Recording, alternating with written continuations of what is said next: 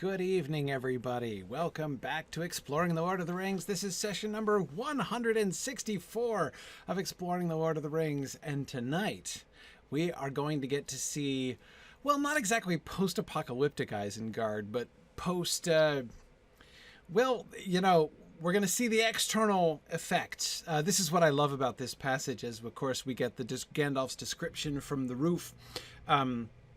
We get to see what the external effects of some of the sort of the doctrines that that Saruman has been talking about, has been explaining, and we can see the immediate fruit of them, and I think that's really fun. So that's one of the things that we're going to be looking at here tonight. For those of you who are new, I see that there are several people in our Discord channel who have just caught up with the class here. I know a lot of people who pick up this podcast partway through, see, oh look, yeah, there's like 330 hours worth of listening to catch up with. It's true.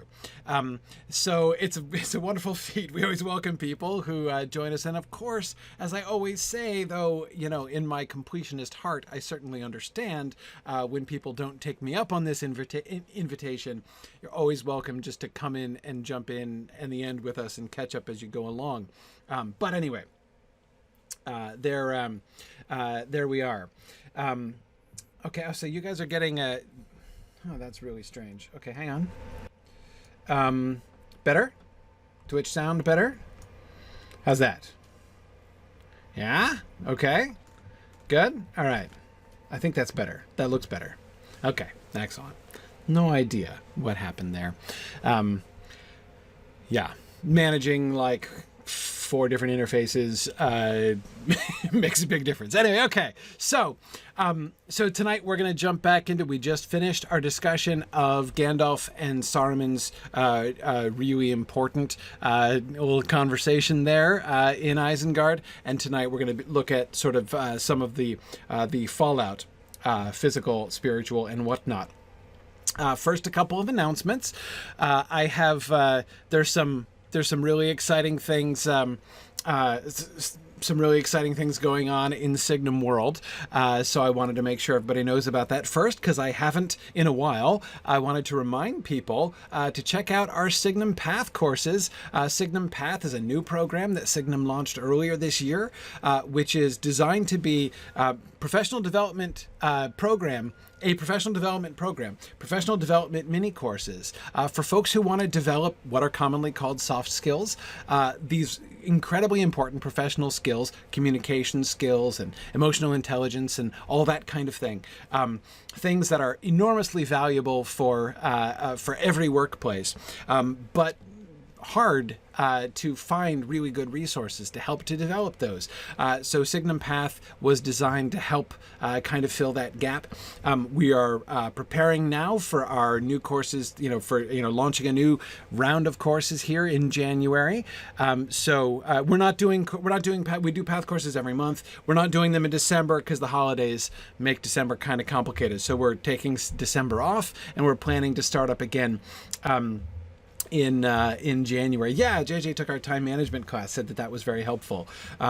It's been a really fun thing. We've had a wonderful time with the students that we've had so far. I'm really looking forward to more folks joining us for that. And in particular, I would just throw out there, if you are a human resources person, we'd love to talk with you. We'd love to get you in for a free class. We think that this is something that could be really valuable for a lot of companies, and that we can make available for very, very little in terms of financial commitment. So something that could, we have a program that could really benefit your employees, and which employees I'm talking about, really, really greatly, I think. So anyhow, that's one announcement, just a reminder, because I said I haven't talked about that in a long time. The second thing is a little bit more of an announcement. A bit of a teaser, because we don't have the information out yet, but I wanted to let everybody know. I think I teased a little bit last week that we had that I had an announcement forthcoming fairly soon, and it's ready to be released very soon. I think by next week, we will actually have it open and ready. But I wanted to let you guys know what's happening. This is a brand new thing that we are starting. We're not going to launch the program. Actual classes and stuff aren't going to begin until January. But there's another area that Signum really wants to fill, a place where we felt that we could really help. A lot of you guys will know, I mean, any of you guys who are parents know that one of the really challenging things, of course, everybody's been having a tough time with school this year, of course, in the pandemic circumstances. But one of the things that has been kind of sort of submerged in a sense beneath the fact that there's been a lot of struggle with school and a lot of kids getting frustrated with remote school. One of the things that I know that my kids have really suffered from is the fact that extracurriculars are like gone. You know, it's very hard to find good extracurriculars and especially really good, you know, academically enriching extracurriculars, you know, like the kind of extracurriculars they used to hold like after school, back when people used to go to school, all that kind of thing. So Signum has been developing and is just about ready to release a new set of extracurricular clubs for kids K through 12. And these are going to be language arts clubs. We're looking at book clubs, creative writing clubs, so we'll do creative writing workshops, and language clubs. We're going to start especially with like immersive conversational language in foreign languages, and we want to make those available to kids. I said we're planning to do this for kids age K through 12. Sam, Germanic philology for kids. I'm not going to lie. That's totally coming. We're actually going to do that. Do not be surprised. Like the Talk Like a Viking class, you know, I think it's only a matter of time before we do that. No, actually, we have some more development projects that we're working on. Probably not going to lead with that one, Sam, but it's totally coming.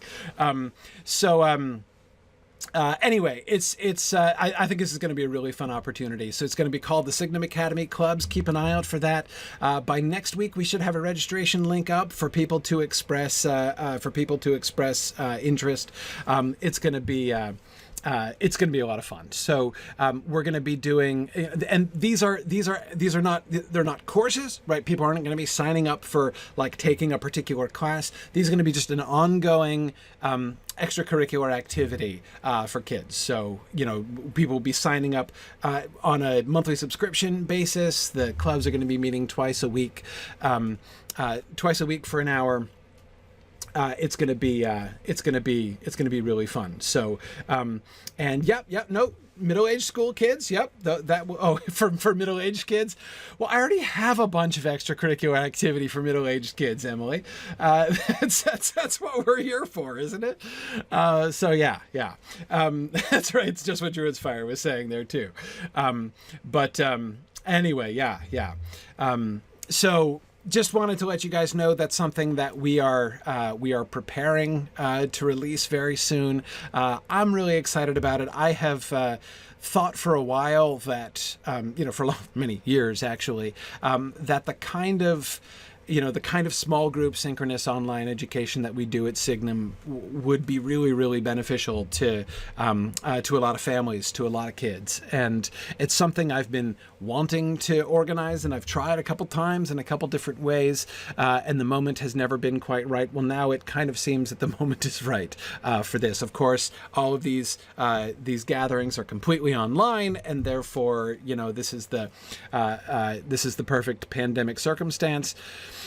And not to put too fine a point on it, come and let your kids do a fun remote learning experience that they will really enjoy from the folks who have been doing remote learning for a decade already and are really comfortable with this. So anyway, that's what we're planning. So that's going to be launching soon. Really excited about this program.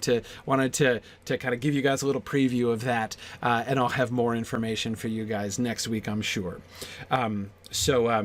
Anyway, that is my other big announcement of what's coming. So let us get back into the text here now, though.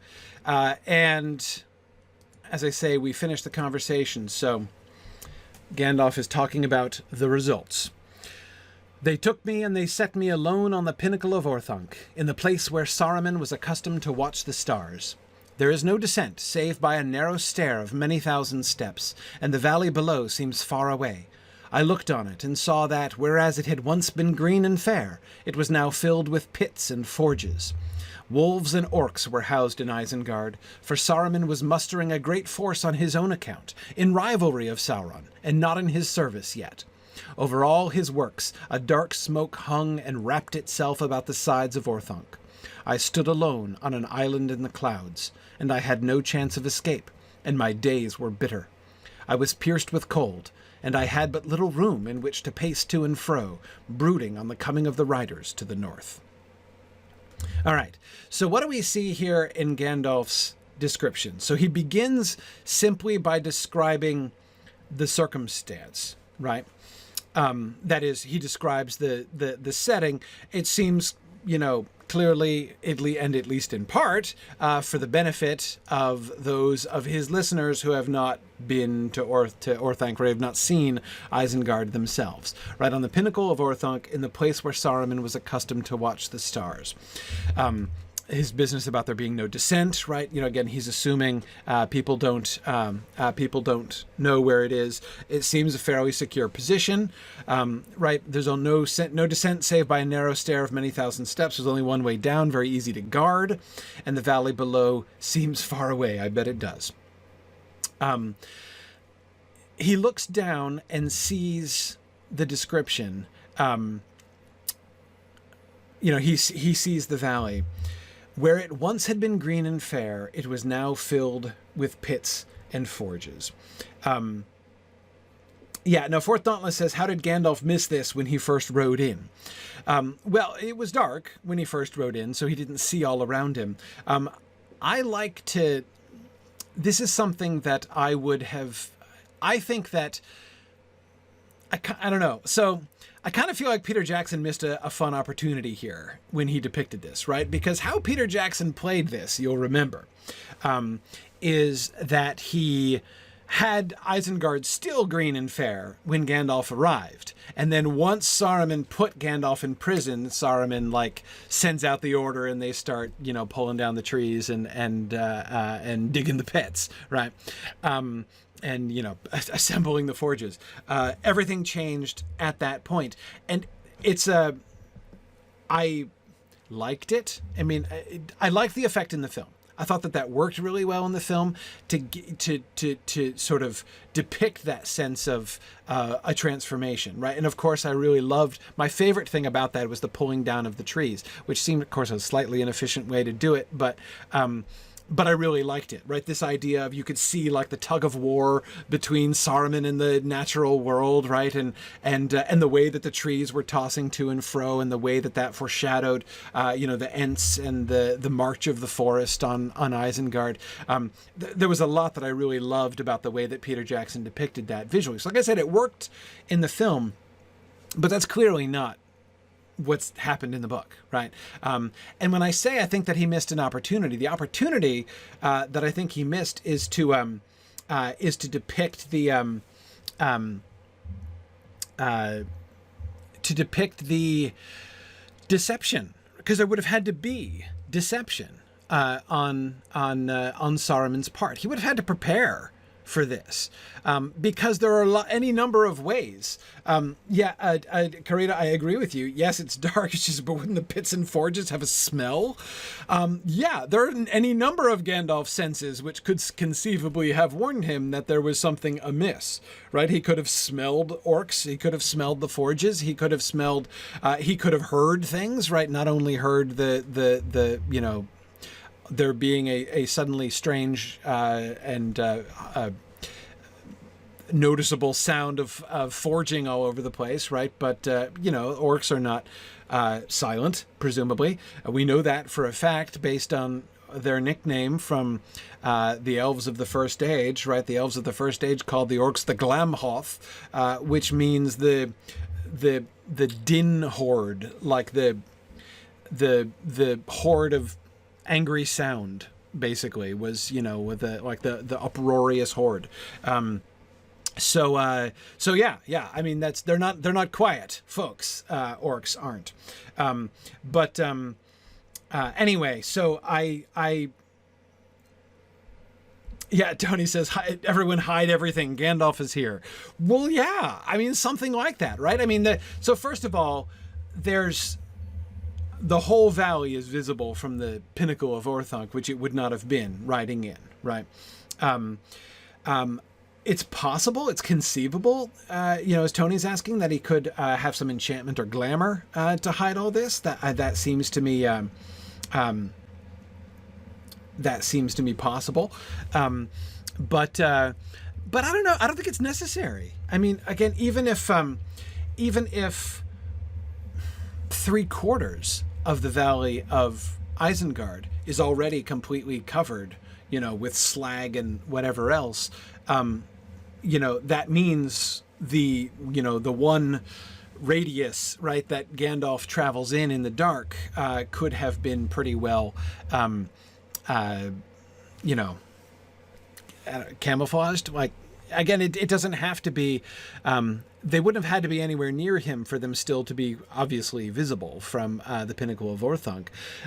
Noise would carry, yeah, Angrist, but that's where I'm thinking, like, he would have had to prepare for this. Like, there's no way that the valley could have been full of orcs smithying things and Gandalf not have noticed that coming in, right? There's no way, right? So I absolutely believe that there has to have been a gag order, right? Saruman must have had lookouts, on the watch for Gandalf coming in, and he must have had an absolutely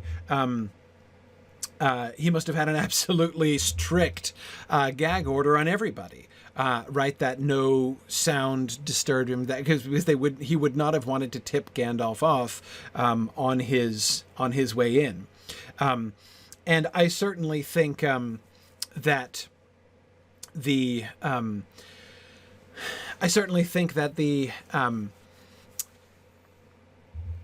it's certainly possible that there were hedges, say, along the path. Right, that would have been normal even in times when there were. When everything was green and fair, hedges and rows of trees, it is not necessarily true, or wouldn't even have necessarily been expected. Let me put this another way. It would not have been strange at all had the road from the gate to the tower been lined with hedges or trees or whatever, right? Such that you weren't just stepping in the gate and seeing the whole wide valley, stretching out around you. Aranas, I would have expected something like a formal garden style thing from Saruman when designing, when setting up his landscaping, even back in the day when he was at least masquerading as a good guy. So. Now, is it possible that he, chose not to be so overt in his actions until after his proposition to Gandalf? I mean, again, in one way, yes. I definitely think that he would have been looking out for Gandalf. When they saw Gandalf coming, he would have been like, okay, we've rehearsed this, guys, knock it off, right? I'm gonna burn at the stake anybody who makes a single sound as Gandalf approaches, But then after Gandalf's in prison, he doesn't care. Right now, everybody's going about their business and continuing to do their thing. Aranas, yes. Aranas says, rule, order. Exactly. Those are two of his 3 ends, right? The things that it's all about for Saruman: rule and order. He's gonna be all about, the strict control of his people. So that doesn't seem particularly strange. And as I say, neither would hedges. So now, Karita, about the smell, right? Okay. Yes, that's an issue, right? That's an issue. But still there, again, I think that I could even imagine, this is a big deal, right? Remember how big a deal potentially this is. Remember that I think it's very likely that Saruman believes that Gandalf could well be bringing the One Ring to him, right? So this is not just an important meeting for Saruman, right? This is potentially the culmination of all of his plots. he is rolling the dice. He's got a lot pushed into the center of the table right here, right, on this particular gamble. So he's going to go to effort. Is it worth shutting down all of the forges for like a week in advance to make sure that no smell of, besides which, even if Gandalf did detect the smell of forges, surely Saruman had some forges before, right? Again, no question, if there's like 50 times the amount of smithying happening that is normal, in Isengard, that's going to be suspicious. But surely Saruman, being who he is, would have had some smithying going on. So it's not like, the first smell of fire or smoke and Gandalf is like, what? Something must be wrong. Like, I really don't think that that's very likely. Yeah,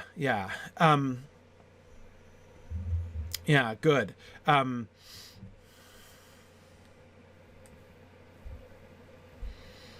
Okay, yeah, and Tony, it has always been a fortress, right? Now, has he had his own army? No, he hasn't had his own army. Saruman doesn't really have the wherewithal to make his own army. But notice, Gandalf wasn't taken aback by the fact that there were guards at the gates. Of course there are guards at the gates, right? I mean, Saruman isn't a hermit, right? He doesn't live by himself. This isn't a bachelor pad, right? It's a big place. There's gates, and what is he gonna, you're gonna knock at the gate and Saruman's gonna come like running down the stairs, like, he's up there looking at the stars, like, oh, hang on a second, and he's going to run down the stairs, right, down, and then he's going to run across the valley, right, to open the gates, right, for whoever's, of course he's going to have door people there, right, why wouldn't he? Anyway, there's that's not strange. Again, an army, that's strange, right? There's no excuse for an army or that. But again, I don't think there's any reason to think that the mere detection of anything like that would set Gandalf off. But I do think that there is reason to think that Saruman must have prepped for Gandalf's approach, so that Gandalf would not. All he had to do is get him inside the door, right? Once Gandalf is inside the door, once he's inside Orthanc, then it's on, right? Now he has entered Saruman's central domain of power. So even if it comes to a confrontation, which, remember, I think he's planning for anyway, and I think he would have been planning for it from the beginning, I would be very surprised if Gandalf had not been covered by archers from the moment he came in sight of the gates, right?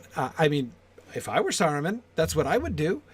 And I don't see any reason to think that he wouldn't do that, right? Michael's wondering, and I think somebody was mentioning before also, could this be a use of his ring? Possibly. It's conceivable. Again, we don't really know exactly what his ring does. If his ring were involved in Saruman's ring, that is, if Saruman's ring were involved in, helping his, his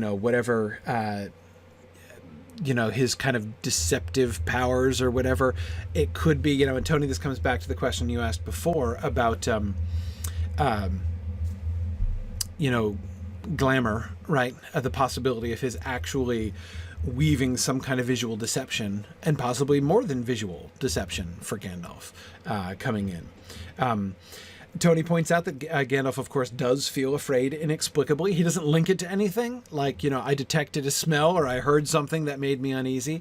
It is possible that Gandalf does detect, it seems that he does detect the atmosphere in some sense, right? There is something that does, in fact, tip Gandalf off a little bit, but he continues anyway, not kind of giving the benefit of the doubt in a sense to Saruman.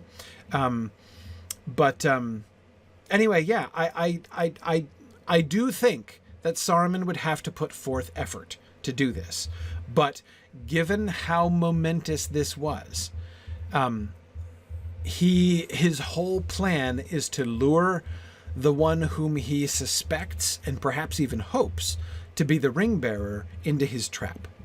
And so he's he would be willing to go, I would think, to a fair amount of trouble, even to, like, let's silence the forges for weeks, like for a fortnight, any time around when Gandalf might come, right? Let's put our weapons and armor production programs on absolute hold for that long, just to make sure there's no mistakes. Because even if Gandalf were to, what if he were to arrive during the day? He arrived at night, but what if he arrives during the day, right? And sees like the whole valley full of smoke, like he describes here, right? He's going to be a little alarmed by that. Right? Hey, Saruman, your valley seems to be on fire, right? I don't know if you noticed that, but I found it a little bit alarming, right? So yeah, I mean, I think he probably would have done that. And GDC, yeah, I do believe Saruman could watch him coming in the Palantir, and so be able the better to prepare for Gandalf's arrival in that way. So anyway, yeah, I definitely think that yeah, Michael D says, my grandma worked in an aircraft factory during World War II, and they totally changed the line to other things when the Soviets visited. Yes. Yeah, no, I mean, things like this happen, like it's, whether it's in a wartime circumstance like that, or it's, and this is a big deal, right? And yes, Musical was thinking that too. He does know the deadline that he gave to Radagast. So even there's sort of probable. And, right, as Green Great Dragon, and I think somebody earlier was also pointing out, he seems to have deceived Radagast as well, right? One could even wonder, was that itself a test, right? Was he seeing if he could deceive Radagast? I mean, if Radagast didn't notice, it's okay, because if Radagast noticed, what's the worst that happens, right?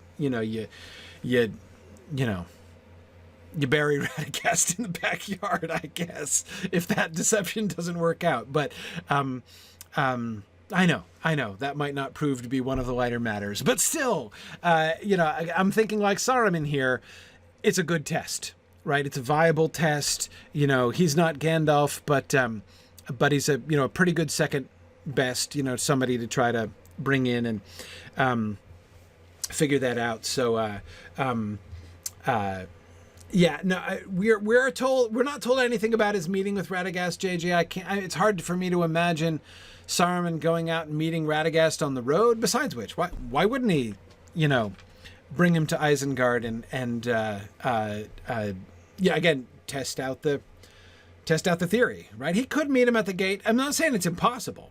I'm just saying that might look suspicious, right? Oh, hi, Radagast. Thanks for coming. I know you never travel, and it's quite possible you've never actually literally been to Isengard in your life, for all we know, but I'm not letting you in. I'm just going to meet you at the gate, give you a message, bye-bye now. That would be weird, right? I would think that would, if I'm Saruman, I'm thinking there's a bigger chance that tips him off than bringing him in. Besides which, again, you get the chance to test out the camouflage, right? If you can fool Radagast, you can probably fool Gandalf. So, anyway, that's why I would think he probably wouldn't do that. But, yeah.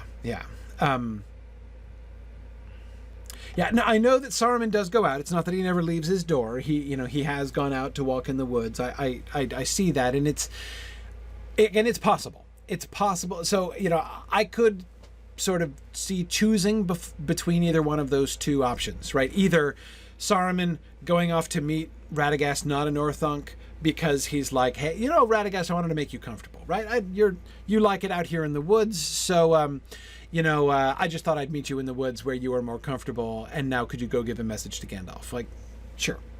Could he pull that off? I suspect he could pull that off. Or there's I'm going to experiment with my, do you notice anything funny when you come to Orthanc thing. Personally, I would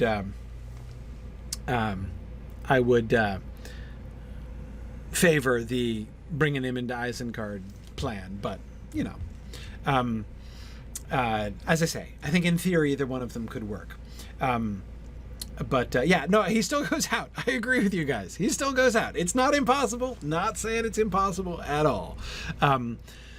Just saying that there's no real evidence either way, and I could see it going.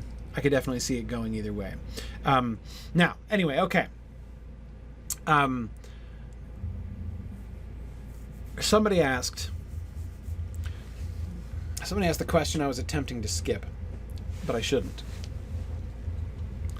Why does Saruman watch the stars? I don't know why Saruman watches the stars. It seems that there are two options here, right? Option number one is that he is watching the stars for purely astronomical interest, right? That this is Saruman merely pursuing a little side branch of his, wizardly inquiries. That's option number one. And I agree, Emily, astronomy is one of the oldest sciences. There is, in that sense, no reason to think that he wouldn't pursue it.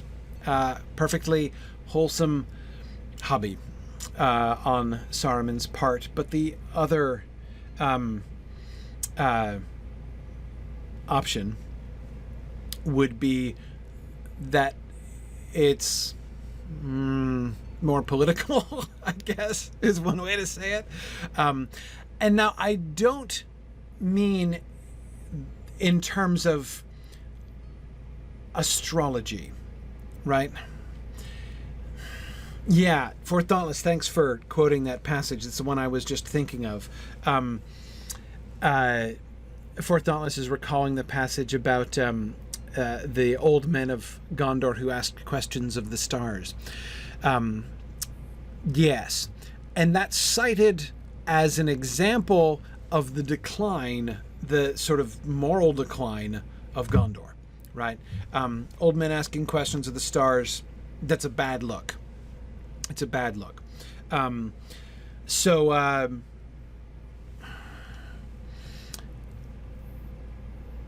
It's a bad look for two reasons, I think. Reason number one is that there's little reason to think that in Middle-earth astrology works, right? Is the future written in the stars? Varda puts some stuff up in the stars, right? This happens.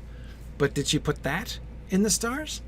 I don't see any evidence that she did that, right? In other words, it seems to me that when we are told that some of these old Gondorian folks were asking questions of the stars, they were falling into superstition. This was a decline. This was a decline of lore. This was even in a sense a moral decline. They were declining away from, like right and sensible and traditional beliefs in the Valar and in Iluvatar.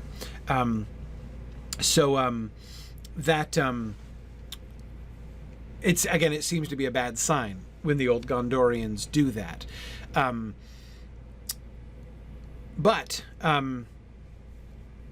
Yeah, good. Thank you, Trifle. Trifle gave the full quote here. Let's read the whole. Read the whole thing. Kings built tombs more splendid than the houses of the living, and counted the names of their descent dearer than the names of their sons. Childless lords sat in aged halls, musing on heraldry, or in high, cold towers, asked questions of the stars. And so the kingdom of Gondor sank into ruin, the line of kings failed, the white tree withered, and the rule of Gondor was given over to lesser men. Yeah, so you can see the context in which astrology is discussed there. And Trifle, I love the imagery there. High, cold towers. Right, now this is a high, cold tower. Right, Gandalf is cold, it's high, but that sense of removal from the world, of isolation, even of frigidity, right? This is not a profitable inquiry. This is not, understandable and laudable natural philosophy. This is superstition. This is trying to, wrest the future into their own hands, trying to figure out how they can job the system, right, by their own efforts and by their own learning. And they fail to do that. Anyway, So yeah, Sam, no, I agree with you. Sam says, we don't see that Saruman is asking questions of the stars. I agree. I don't think Saruman is doing astrology. Ruling that out is one of the things, is why I brought it up. I don't think he is doing astrology. Because again, the only time we hear astrology spoken of is in that context, that kind of an empty and barren superstition. So I don't think he's doing that at all. Which leaves two possible options. One, scientific inquiry, right? Just doing astronomy, trying to understand the motions of the heavens. And the other is, I don't know how to say it.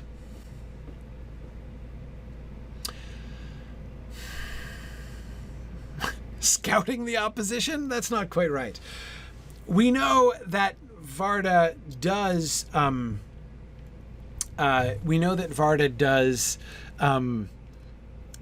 Put some messages in the stars, right? But did she have others? So she put the sign, like the Big Dipper, right, is there in the north as a sign of Melkor's downfall. We're kind of given the key to that one, right? Is he doing more? Is he trying to, I say scouting the opposition because he has, and he knows he has, set himself up in opposition against the Valar, against the West, right? Is he looking for signs, right? Is he checking out for any kind of indicators? Because remember, there were indicators, right? With Numenor, for instance, right? They were not in constellations, mind, but JJ says, have they noticed me yet? Yeah, exactly. That's the kind of thing that I'm thinking about. So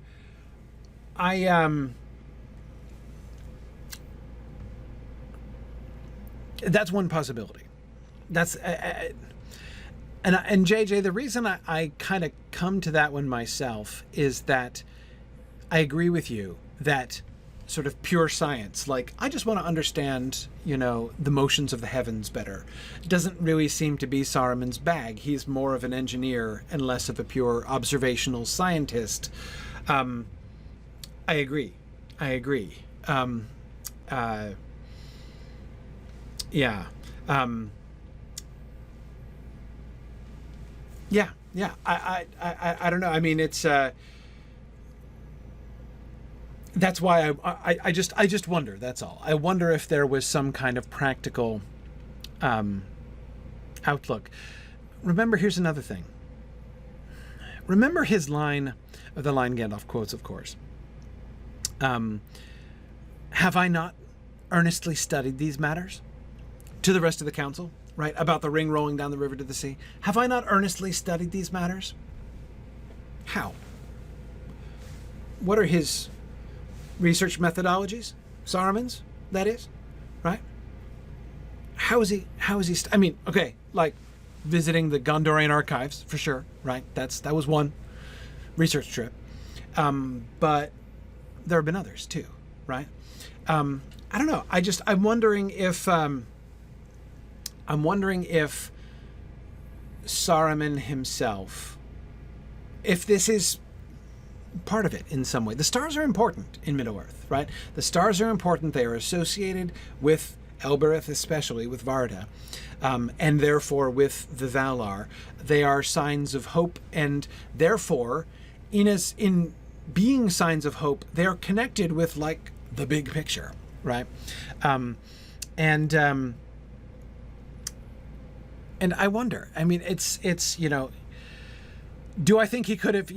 Some people are just saying that this is his, his thinking spot, right? Sure. What could be likelier, right? But Gandalf mentions specifically the place where Saruman was accustomed to watch the stars.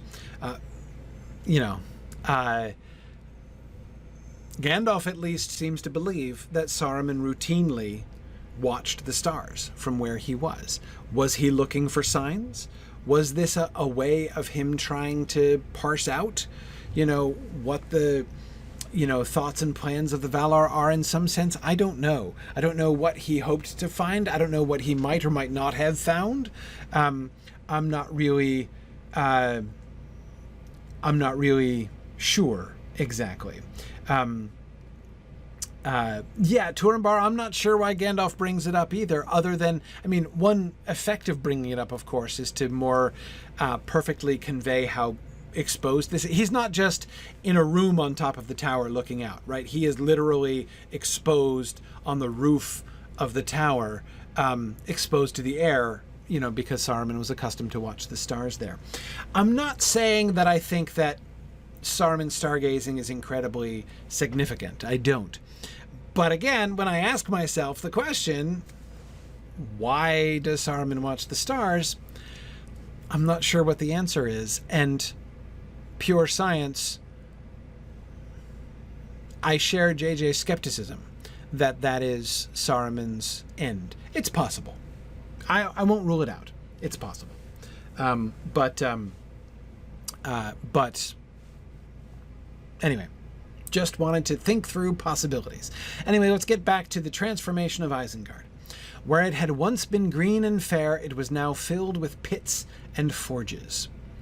Wolves and orcs were housed in Isengard, for Saruman was mustering a great force on his own account in rivalry of Sauron, and not in his service yet. Having praised Peter Jackson's adaptation before, I'm now going to criticize it. I hated the "build me an army worthy of Mordor" line in the film. I hated that. I hated it because I didn't like what it did to the Saruman-Sauron dynamic, right? This was not Sauron's idea at all. He does not want Saruman having an army of himself. Notice Gandalf's immediate conclusion when he sees there are orcs and wolves. You might think, right, if you were Gandalf, maybe his first reaction upon seeing an army of orcs housed in Isengard, he would be saying, oh man, this is an army of Mordor. He's already working for Sauron. But that's not what he thinks, right? His first thought when he sees the orcs and wolves is, whoa, okay, Saruman is setting up for himself. He's trying to fight Sauron. His conclusion, Gandalf's conclusion on seeing the orcs of Saruman, is that Saruman must still be an enemy of Sauron. And that, of course, fits with what we've heard. There is no glimmer of loyalty to Sauron in any of Saruman's words. There isn't the vaguest hint that he has, that he really devoutly serves Sauron, that he believes in Sauron. He is playing his own game clearly from the beginning. You can see that all the way back to the power with a capital P in that first speech that we were talking about. So yeah, that's a really interesting thing that Gandalf sees this and he's not like, no, Mordor is already overtaken, Saruman. He's now just a lieutenant of Sauron. He knows right away. He knows. He listened to Saruman's speech too, right? He knows what Saruman is focused on, what Saruman is thinking, and what Saruman is chiefly thinking is, I'm gonna try to become the power myself. And that's exactly in rivalry of Sauron and not in his service yet. Yes, Lupilia says even in the Return of the King, Gandalf says that Saruman will not serve anybody. Yeah. He's, I think he can diagnose this not only from those kinds of tells right in his speech, but it's clear that Saruman hasn't become a Sauron zealot. Right? He has become his fall. It's in the same direction that Sauron fell, right? He's becoming like Sauron, but he's not become a fanboy of Sauron. He's not a true believer that Sauron is the way of the future. And Gandalf can tell that right away. But oh my goodness, yes, that yet is really important, right? Totally agree. And it is interestingly prophetic, Michael. In rivalry of Sauron and not in his service yet. And that yet is a complicated word in some ways, right? It's complicated because it could mean several different things. If Sauron wins, right? If Sauron wins and comes to his door, what's he going to do? It's clear what he would do. He would temporize, right? He would, swear vows of loyalty to Sauron if push came to shove, right? If Sauron got the ring, of course, and therefore there was no chance that he was ever going to get it, he would know the odds, and he would have to do it. And Arnas, I agree. There's a certain degree of plausible deniability that he has fairly cleverly maintained, right? Again, Gandalf immediately sees through him. It is to be wondered whether Sauron does yet or not. Probably he does. Sauron is very wise. But Saruman is still playing a double game. He's building a great force on his own account, yes. But he is, again, plausible deniability. If Sauron does march up to the gates of Isengard, he can say, oh, don't you like this nice army of orcs that I've built here? Right? Ready to your hand? Look, I've been attacking our foes from the west and you're attacking from the east and we're going to crush them between us. And wasn't that a good strategy? I thought you might like that, right? Took it on myself, had the idea. It was a good plan, right? It's very plausible, right? It could fly. Again, has he deceived Sauron? I doubt it. He certainly hasn't deceived Gandalf. Yeah, and Emily, exactly. It's not what Sauron would think that matters. It's what Saruman thinks Sauron would think that matters. Exactly. And does Saruman think highly enough of himself to believe that he has preserved in his own sense, from his own perspective, his own integrity still? Yes. That is to say, is he preserving his own agenda in a sense? Yeah, I think he is. I think that he does think that, in fact. JJ says, it's a good thing these guys lie in between us so we don't have to fight each other. Yeah, exactly. But again, Gandalf, not for a moment, right? And I doubt it's anything in particular about the orcs and wolves that he sees, which leads him to think like, okay, so he's, these are clearly like anti-Sauron orcs, right, that he has here. That's obvious just from looking at them from a distance. Again, I don't think so, right? I think that he's combining what he is now seeing, the fact of Saruman building this army. He's comparing that with what he has learned of Saruman, right, from their conversation, what he was able to see of Saruman's whole attitude, right, of Saruman's whole perspective, his self-serving, his desire to, his emphasis on power from the very beginning of his declamation, all the way down to his obvious plans to get the Ring of Power and therefore, apparently, right, to seize power for himself. And I think, by the way, that's why he uses the word rivalry. Rivalry suggests sort of a personal contest with Sauron, right? He doesn't say like a great force on his own account at war with Sauron, and not allied to him yet, right? He doesn't say it that way. In speaking of rivalry and service, I think he's speaking about the one-on-one relationship between Saruman and Sauron, right? And here, I think what he's doing is again sort of explicitly diagnosing Saruman's own psychology here, right? He sees himself personally as a rival to Sauron. That was explicit, right, from his desire to obtain the Ring of Power and use it against Sauron.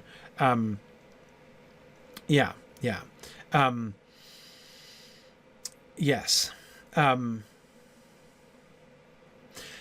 Trifle says the first option Saruman presents to Gandalf is a viable plan B for Saruman.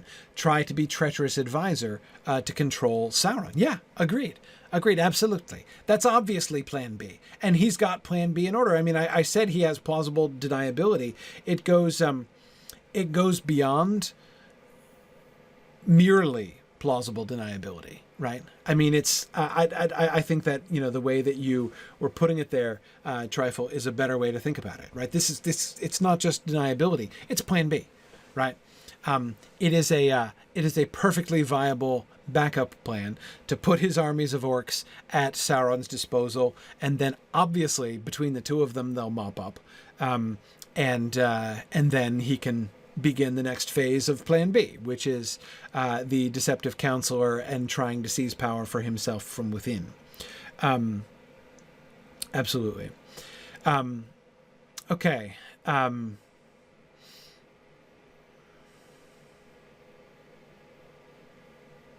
I don't know what to make of the pits. Why are there pits? Forges I get. Forges are practical. Why are there pits in Isengard? Never understood that. It's hard because, of course, it's hard not to imagine the pits as we see them in the film. And even in Lotro, it's, you know, there are similar kind of chasms in the valley there, which are kind of being used as mines, pits to hide the bodies. Okay, yeah, possibly.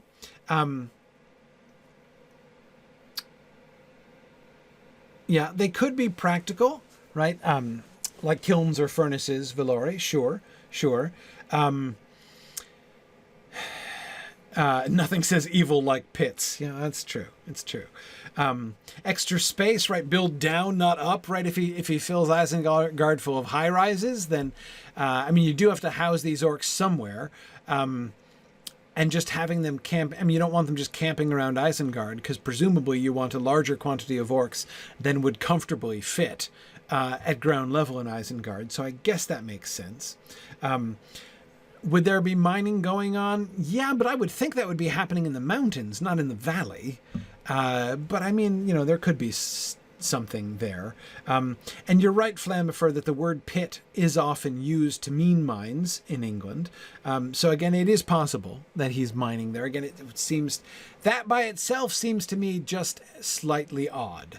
Because again, why would you mine in the valley instead of the mountains which surround the valley? But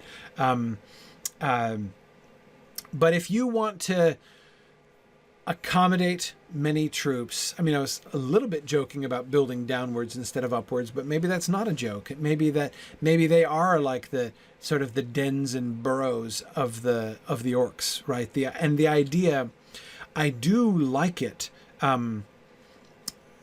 symbolically as well. You know, the idea of the maggot folk of Mordor, right, as they are sometimes called. The idea of Saruman's orcs actually, you know, sort of burrowing into the earth and infesting Isengard like some kind of insect plague. That's an attractive kind of symbolic view of you know, what is happening, even as a kind of you know.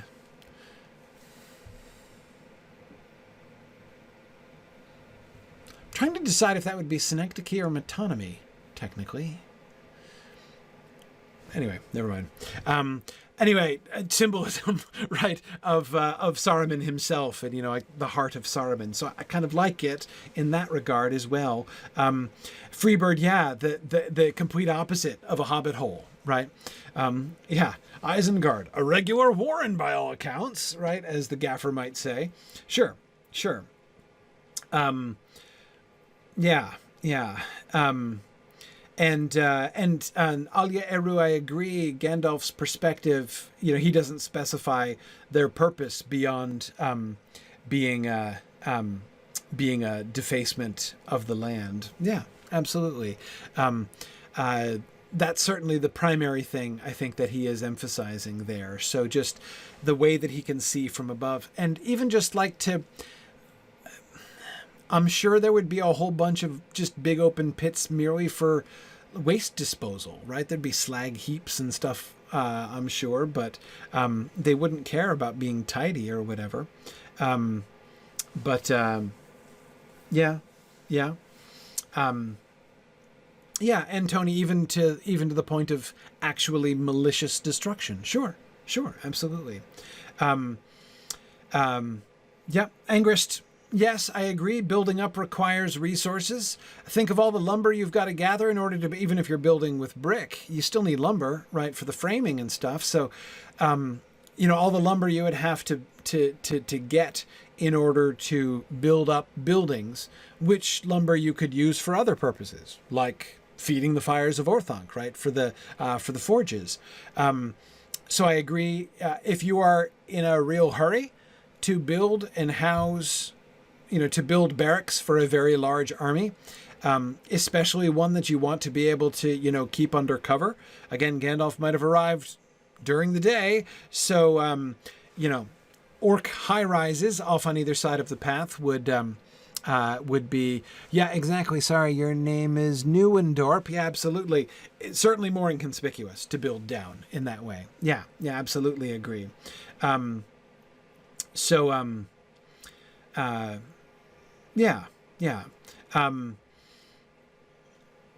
Good.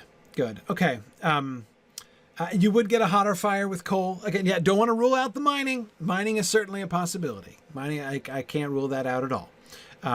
It is very possible that he found coal or something and is mining for it there as well. Certainly the dark smoke suggests to me coal fires. That seems to me very possible. So yeah, Trifle was just saying it seems pretty clear that he's using charcoal. Yeah, I agree. That seems very likely. Especially given that he seems to have gunpowder, and so some charcoal would seem useful if you're making gunpowder. And Musico, I agree, a lot of the forest stripping was wanton. They do refer explicitly to the fires of Orthanc, so there is clearly much wood burning going on, but that they seem to be burning coal seems to happen. That seems likely. Again, the darkness of the smoke is what makes me suspect that there are, in fact, coal-burning stoves, forges there in Isengard. Especially also the way that the smoke hangs and wraps itself about the sides of Orthanc. That sounds very, very 19th century London to me there. Yeah.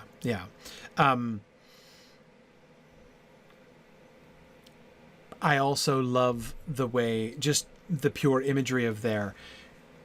Smoke by itself is not an evil thing. It's not necessarily a bad thing or a bad sign. Of course, in the context of the Lord of the Rings, it's often a very good thing, right? So we like smoke in the Lord of the Rings, most of us. But the dark smoke hanging and wrapping itself about the sides of Orthanc gives both the darkness of it, the clinginess of it, and the way that it seems to kind of gather around Orthanc makes it seem extra ominous, and something which Gandalf seems to really be associating with it's really almost like an externalization of Saruman's internal state there. Yes, for Dauntless, of course, you're right. Gandalf himself is associated with fires and smokes, so his emphasis on this is quite striking. Absolutely. Again, smokes are not bad. Gandalf does smoke, right? Not only the pipe smoking, right, but his own magic is smoke is one of the smokes and lights is the phrase used about Gandalf's magic. I think it's fairly clear that a lot of the effects of Gandalf's fireworks were done with smoke, given the emphasis on smokes and lights. So, yeah.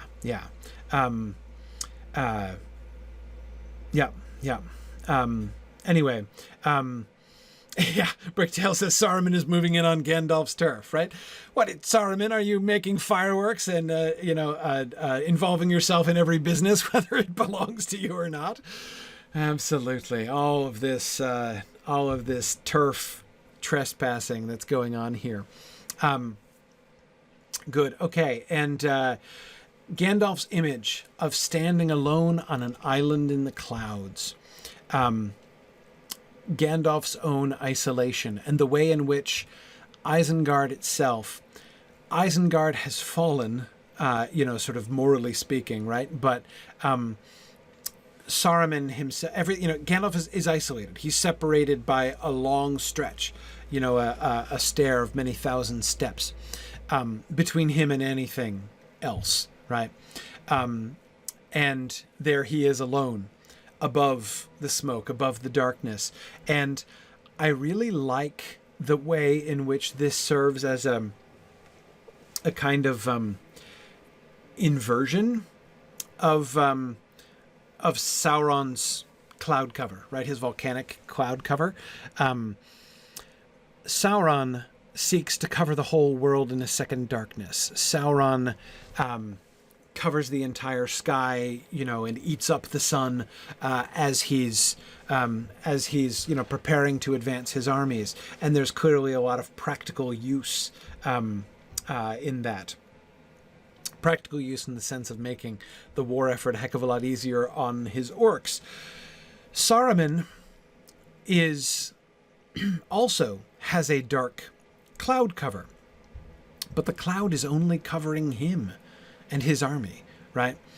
It is, on the one hand, now, of course, strategically speaking, Saruman is in a different mode than Sauron is at the time of the Dawnless Day, right? He's not yet going into offensive mode. Yeah, Gandalf now knows the truth and the cat's out of the bag, but everybody doesn't, right? There's nobody else knows, right? As long as he keeps Gandalf up on the roof, nobody else knows that he's betrayed them, so he's still in concealment mode, right? Exactly, Aranos, Rohan does not know yet. So I'm not saying that it doesn't serve his purposes. It does. But, symbolically, there's Saruman enshrouded. He himself is enshrouded. He's encased. He can't see anything, right? Saruman has blinded himself. Now, he can see with his Palantir, right? So what does he need to actually look out and look up at the stars for anymore? He can't see the stars anymore. He doesn't go up to see the stars anymore. That glimpse of the stars that Sam gets, Saruman has cut himself off from the stars. And that, it seems to me, actually is a pretty good reason for mentioning looking at the stars all by itself here, actually, to set up this final image of Gandalf, alone on an island in the clouds. Gandalf alone above the darkness, above the deception, above this turmoil which is seeking in this as yet small scale and kind of pitiful in its own way fashion, right? Of kind of entombing himself in his own pretensions, right? As Saruman is doing. Gandalf is above that, and he's able to see. He can't see what to do yet, right? Exactly, Tony. The Palantir is twisted by Saruman, so if he thinks that he is able still to, he doesn't need to see out because he can see out through the Palantir, he's deceiving himself there as well. Yeah. He's no longer looking for messages from Varda. And Aranas, if he was looking for warnings or signs that they might be onto him, he's past that now, I think. So the Palantir,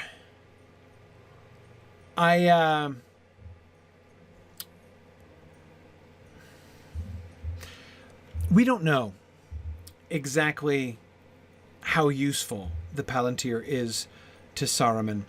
I suspect that we know that the Palantir automatically, like its default home screen, right, is Mordor.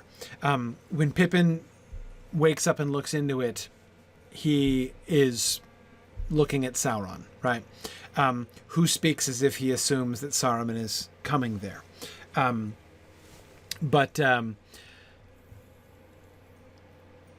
So, yeah. But does that mean that Saruman can never see anything else? That Saruman basically, he's transformed the Palantir just into a permanent, two-way communicator between Orthanc and Barad-dûr?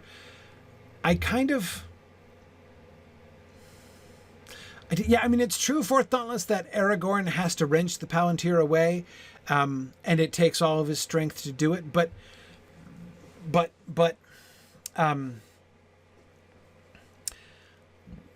my question is whether or not Sauron would permit Saruman to use it for other purposes.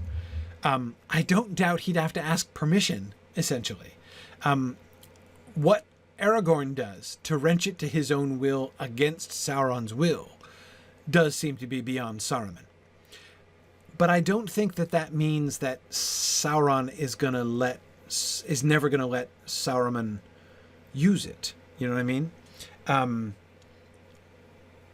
Yeah, Tony, exactly. Tony is saying that Sauron would mess with Saruman the same way he did with Denethor. Yeah, I'd rather think so. Not exactly the same way, because the relationship isn't the same, and we'll see when we get there, very soon.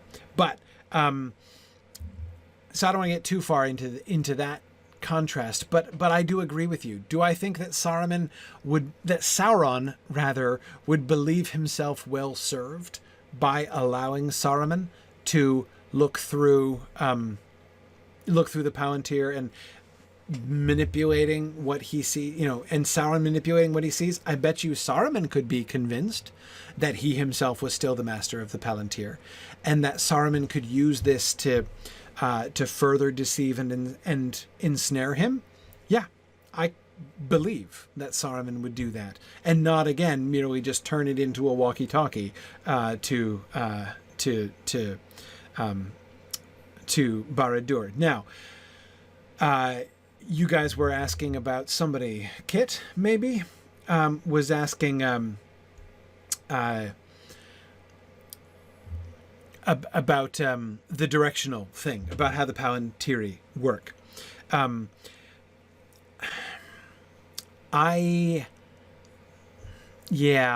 that's of course in the essay on the Palantiri in Unfinished Tales. I don't think I believe in that. But let me just say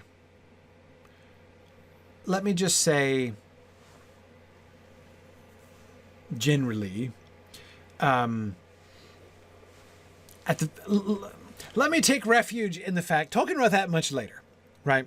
So that's certainly not the idea that he had when he wrote this stuff.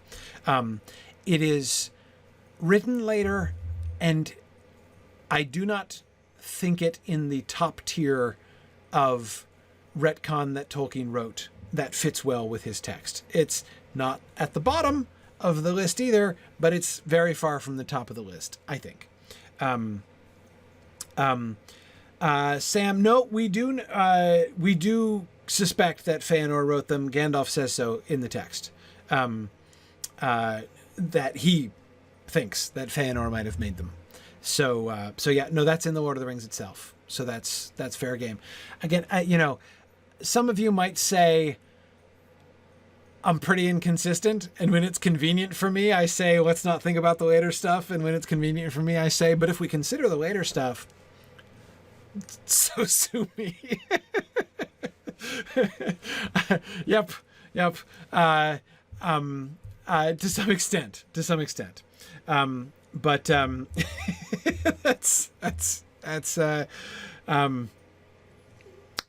the way I'm gonna roll for right now.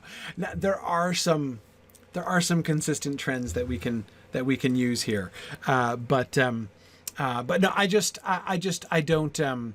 As I say, I'm not a fan. I'm not a fan. But anyway, yeah. Thank you, Trifle. My class, my rules. Yeah. That's it. Yeah, and Tony, I agree. There's a reason those tales are unfinished. I don't think. I mean, I think it's always worthwhile thinking about the other things that he wrote in other places. But yeah. I mean, Christopher is publishing unpublished things, and I've said before, I know that I,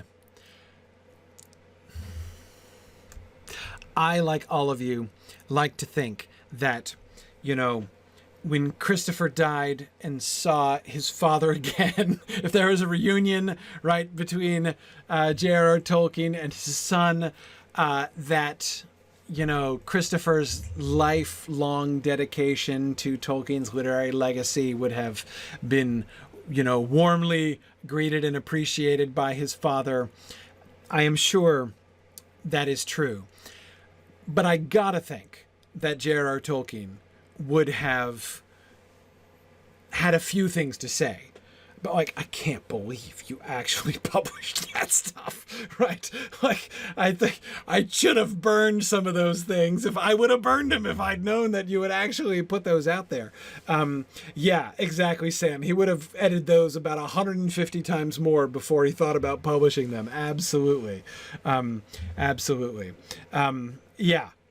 I'm just, do I think there might have been an edge of that, in the conversation? Yeah. I kind of do. I kind of do think that. Yeah. Yes. What about goblin feet? Well, see,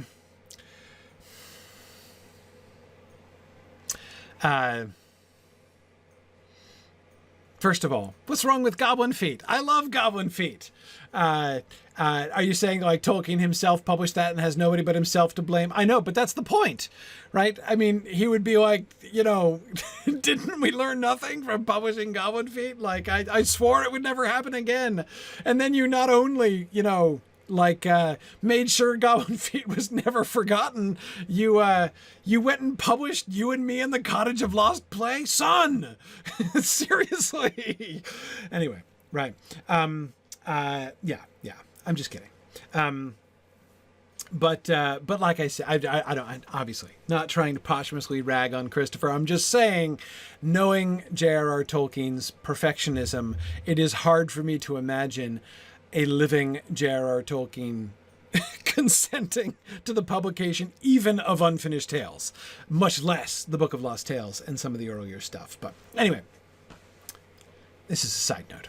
Okay, back to Orthanc and that wonderful visual image, which just feels to me so richly symbolic, everything else aside, of Gandalf standing alone on an island in the clouds. And of course, he has no chance of escape, and my days were bitter. My days were bitter. I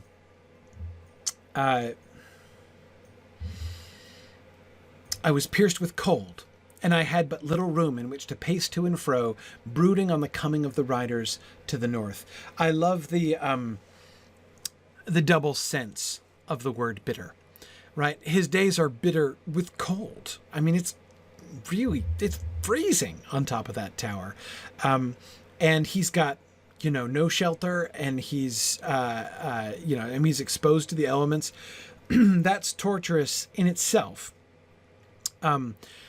So bitter in one sort of immediate sense, in the sense of bitter cold, but bitter also in the sort of emotional sense too. Now, I agree. Fourth Dauntless is saying it sounds a lot like Gandalf succumbs to despair. Not exactly. I don't think despair. Bitterness is not despair. He's angry, right? He's angry. He's bitter against Saruman. I think he's bitter against himself. What I hear in "I had no chance of escape and my days were bitter" is not despair, but self-recrimination. I think that Gandalf is kicking himself here. Kicking himself for coming in the first place. Kicking himself for not seeing this sooner.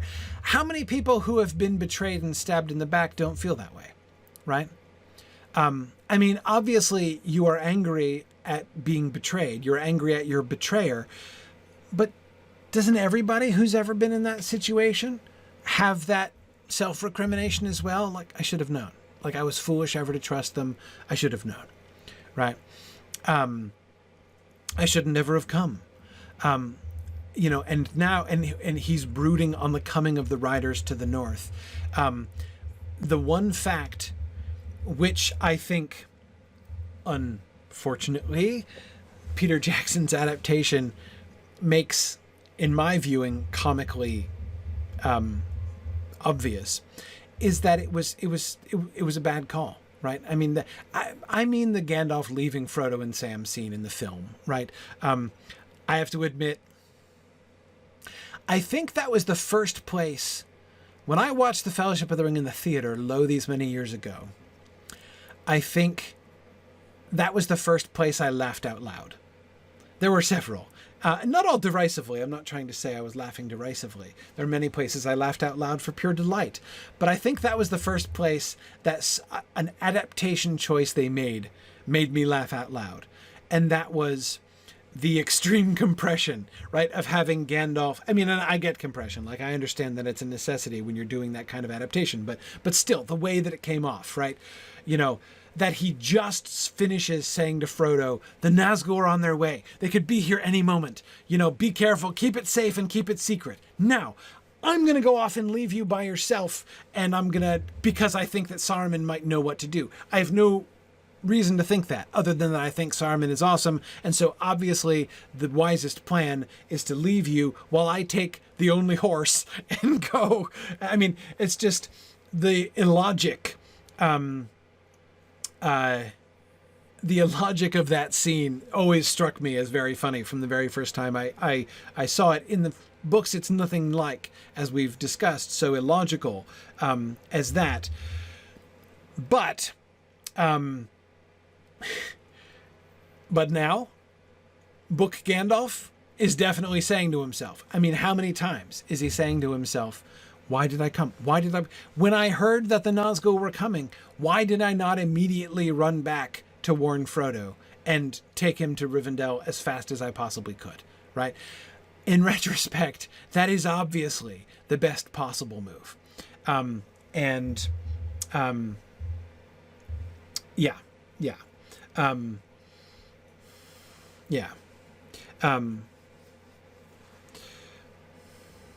Would they have left Gandalf his staff?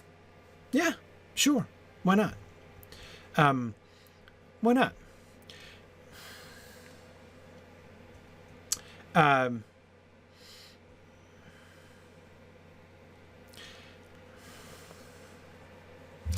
Wizards' staffs.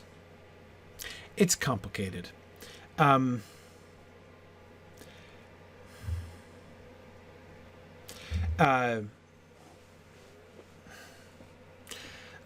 don't want to get into this now. We'll have this discussion later on. Let me just say, it's complicated. I don't think Saruman would have felt he was in any danger from the staff. I think he could have left Gandalf his staff in order to taunt him. It's not even obvious to me that the staff of the wizard is in fact very, very clearly a necessary tool for magic. But I know that in Rohan they appear to be under that impression, but they are under many impressions in Rohan. Look at their lore about Lothlorien, for instance. So just because both Hama and Grima are under the impression that Gandalf is using his staff to perform magic doesn't convince me that that's necessarily true. I'm not saying it might not be true. I'm just saying it doesn't convince me. Anyway, yeah. So we'll have that discussion later. This is not the moment for that discussion. What I will say, Gilgalady, if staffs don't do anything, why break Saruman's? The symbolism. Your staff is broken. This is an important moment, right? And it's effective, right? It's effective because it is the outward manifestation of what is happening, and it demonstrates very clearly to everybody what just took. It's like that he is like defrocked from that moment, right? But that, I think, is more like what happened there, the defrocking. Yeah, Arna says, I'll need your gun and badge. Yeah, kind of like that.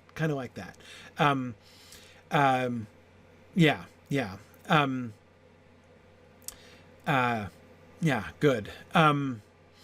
So I definitely, I am more in the staff is a more symbolic, more like a badge of office. But I will admit it's complicated, and there are definite reasons to think otherwise. Definitely are reasons to think otherwise, that there is in fact some kind of power involved in the staffs. What I will say is that I think it is interesting and significant that it's not even mentioned here, right? I mean, a couple of you are wondering about his staff and everything. No, it doesn't even say anything about his staff, right? That he had, I mean, logically, he must have still had his staff since he apparently still has it afterwards, right? I mean, if they put it in lockup, and he gets taken off by Gwaihir the Windlord, he would not have his staff anymore somehow. So, anyway, there's, yeah, I don't think good. Yeah, Trifle points out, what about Glamdring, right? At the very, even if the staff is purely symbolic, the elvish sword is certainly not purely symbolic, and yet Gandalf still has Glamdring. It's pretty clear.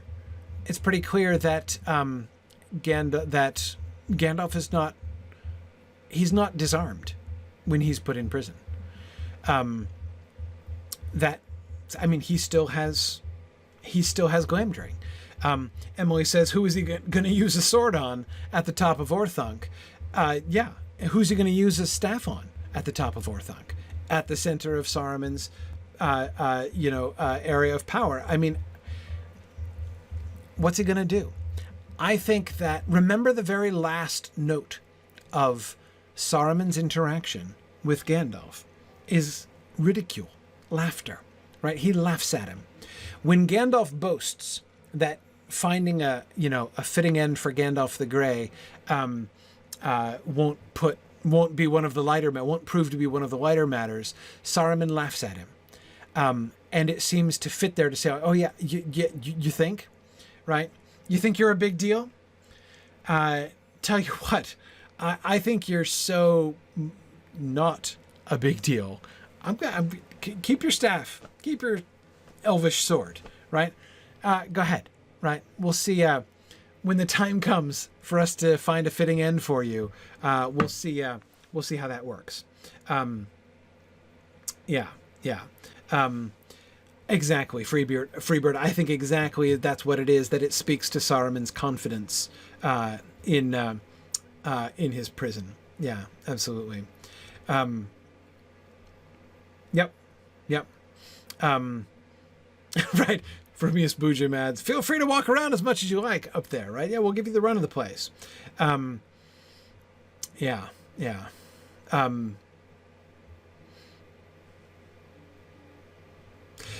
Now,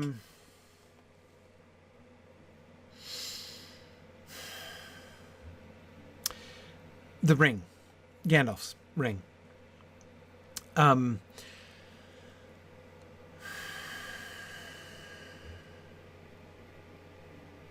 Gandalf's ring is an awkwardness. It's an awkwardness because I think it's pretty clear that the Ring of Fire, Gandalf's ownership of the Ring of Fire hadn't been invented yet. That when Tolkien wrote this passage, Gandalf didn't have a Ring of Power. I think that's pretty clear. That doesn't mean that this passage is inconsistent with Gandalf having a Ring of Power, because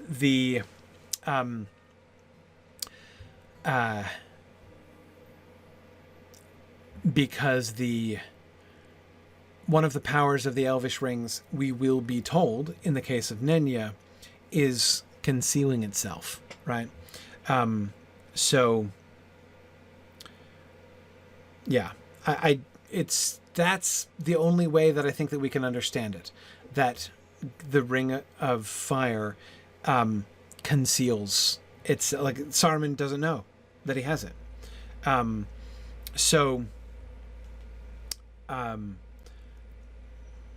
Yeah. Finn, you're right. Galadriel says they can't see by others that don't have a Ring of Power. Yes, Saruman does have a Ring of Power. Is Gandalf's Ring of Power stronger than his Ring of Power? I don't know. But anyway, yeah, I do think that that's the logical answer based on what we know, right? And based on the way that it kind of gets contextualized after the fact. I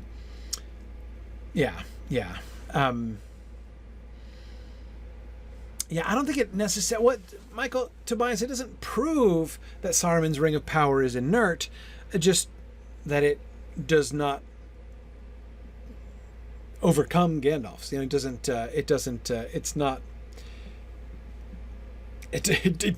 doesn't win, right?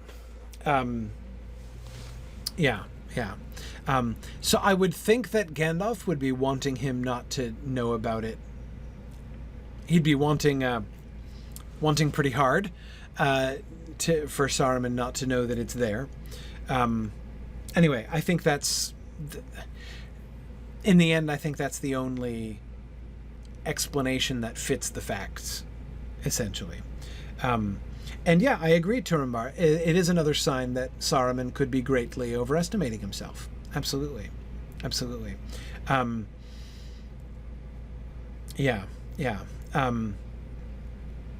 Yep. Now, let's see. Better Butter Bottoms says, was Saruman trying to break Gandalf's mind and will? No, he wasn't. He was trying to recruit him, to get him to see wisdom. I don't think he wants to fight Gandalf if he doesn't have to, as evidenced by the fact that he's going to imprison him until he sees sense, until he reveals where the one can be found. He plans to bring Gandalf around, not necessarily by winsomeness and persuasion, but he's not gonna try to do it. Why wouldn't he? I believe that by the end of their conversation, Saruman is convinced that Gandalf does not have the ring. What does Gandalf know? What could he reveal? If Gandalf doesn't have it, it's probably in the Shire, right? It's got to be in the Shire. Where else would it be? Why are the Nazgul searching for the Shire? Why, has Gandalf made that his lurking place? I don't think he necessarily is looking for a lot of information out of Gandalf, and I don't think it's going to be easy to get. For all of his big words, I think that he and Gandalf are peers. It's not going to be easy. Saruman is going to... It would have been worth the fight, right? He was ready, I think, for a fight to the death over the Ring of Power. Gandalf doesn't have the Ring of Power, and it's tolerably obvious where he's hidden it. Why do that, right? Why go through that? Just lock him up.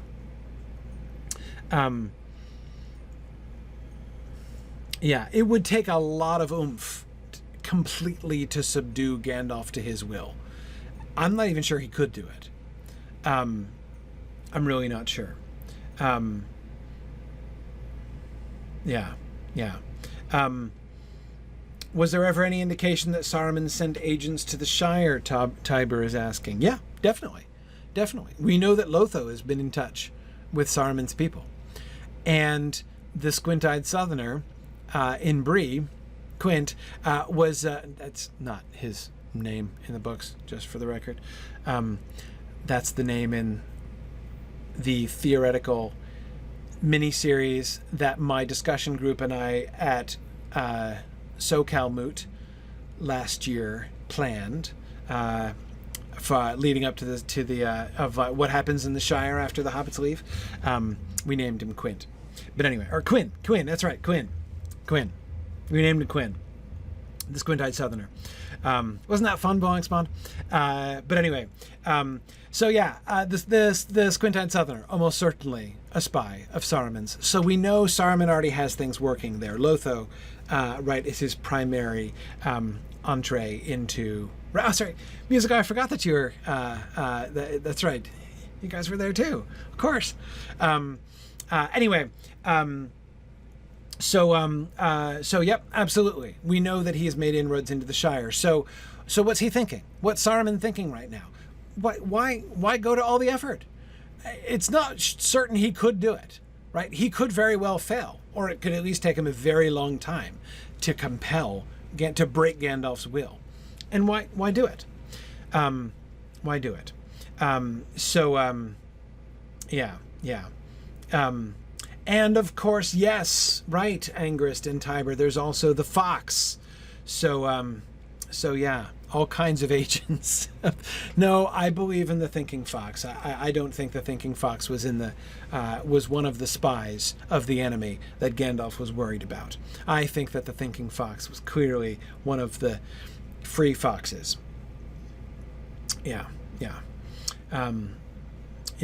Exactly. Yeah. Thinking Fox is no fishmonger. I agree. Sorry. Inside joke from my Lotro streams. Anyway. Okay. I had but little room in which to pace to and fro, brooding on the coming of the riders to the north. And truly how frustrating for Gandalf to be imagining that while he is trapped there and can do nothing. And this is clearly the torture that Saruman has in mind for him, right? Saruman knows that he is already torturing Gandalf by locking him up where he can see but can't see what he wants to see, or where he can see far but he can't see far enough, where he can stare off towards the north but not see what's going on, where he is free but not free, where he is free but restricted in his little tiny space, where he is just free to contemplate what must be happening in the north where all of his friends are. So yeah, absolutely.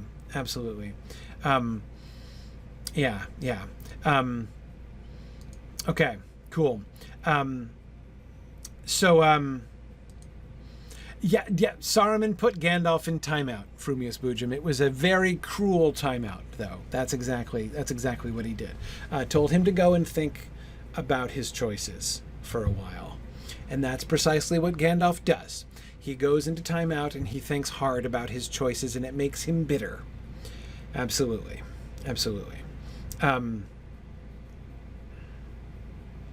That is interesting. Yeah, Trifle thinks about this as potentially an interesting addition to Saruman's arguments. You need power, right? He's like, look, you can't do anything without the power, and he's taken away Gandalf's power to act, showing him why the ring is a good idea. Oh yeah, you think I'm wrong, right? You think we should stand against Sauron with our own power without getting extra? Well, okay, go ahead, show me, right? You got your staff, you've got your sword, right? I'm not, tying you up or whatever, right? Go ahead. Tell you what, you go upstairs and you fight the enemy, right? And I'll be down here developing my power, and we'll see who wins. Gandalf, right? Yeah, I mean, there is an interesting kind of angle to that, Trifle. I like that. Yeah. And I wonder... Yeah, Tony, that's the next thing I was thinking too. Tony says, does Saruman think that the threat of the Riders might make Gandalf compromise? Turning Gandalf over to the Nazgul to take back to Sauron.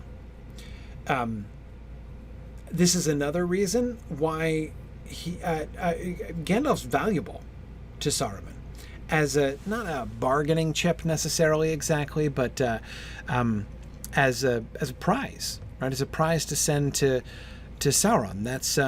That's very useful. So again, why should he do the dirty work? Is Gandalf's will going to get broken? Yeah, in Barad-dûr. I'll leave that to Sauron. And by doing so, what's he doing? Harnessing the power.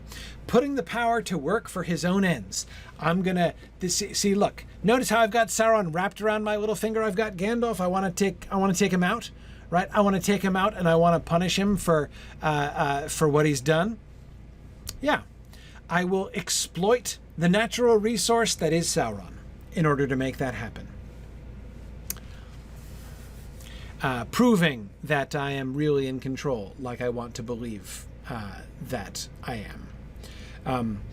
So yeah, I mean, I think that that's an important angle too. It's also a good way for him to kind of flex to the Nazgul as well, right? Yeah, look what I got on the roof, right? Caught him my own self, right? Yeah.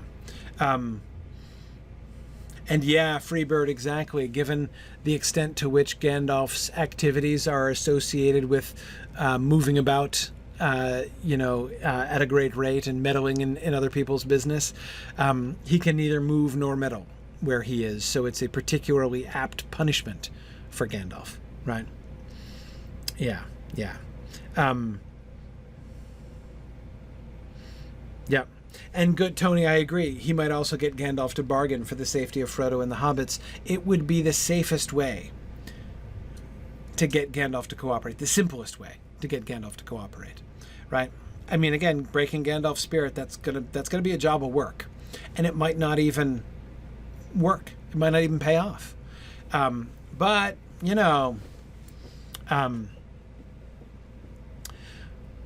when Gandalf himself can see the Nazgul there in the valley beneath him, looking up at him with their, invisible eyes, sniffing for him with their invisible noses.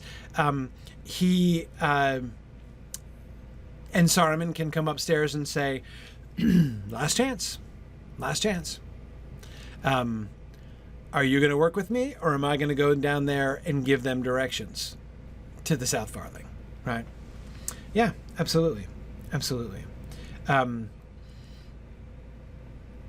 Yep. So anyway, good.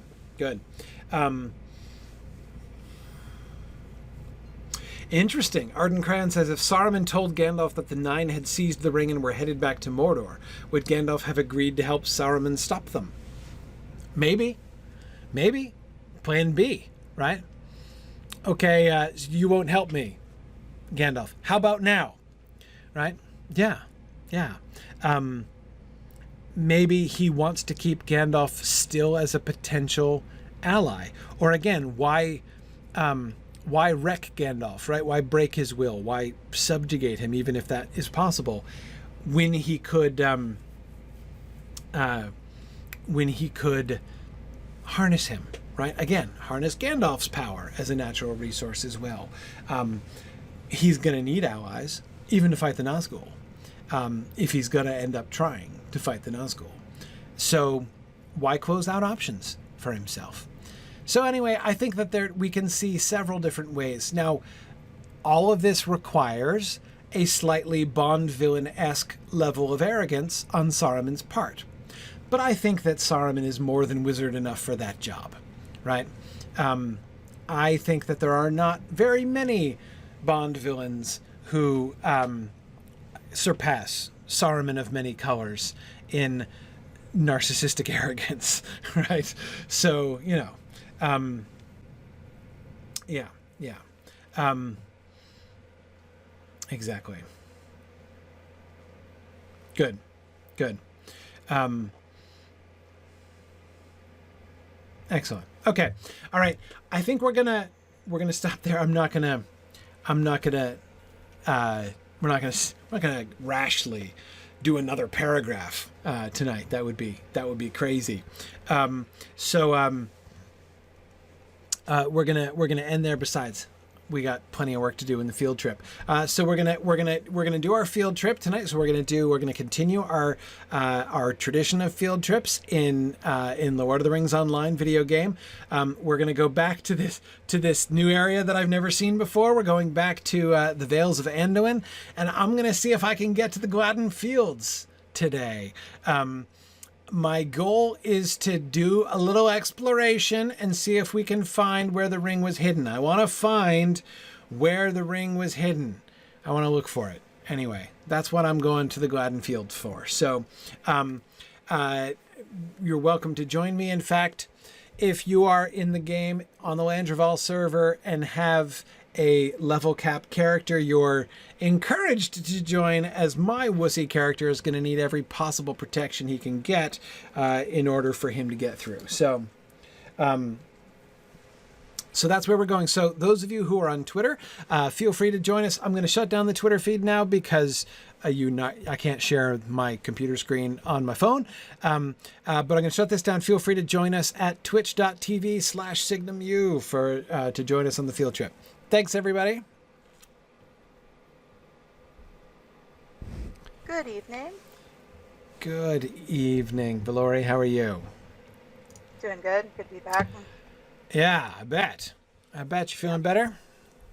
Yeah, feeling better. I'm just hoping the internet holds up. The wind is crazy today, Oh, man. so Yeah, I had actually a power outage today and yesterday. Yeah, I've been having all kinds of troubles. I'm just glad the power isn't cutting out. So far, so good.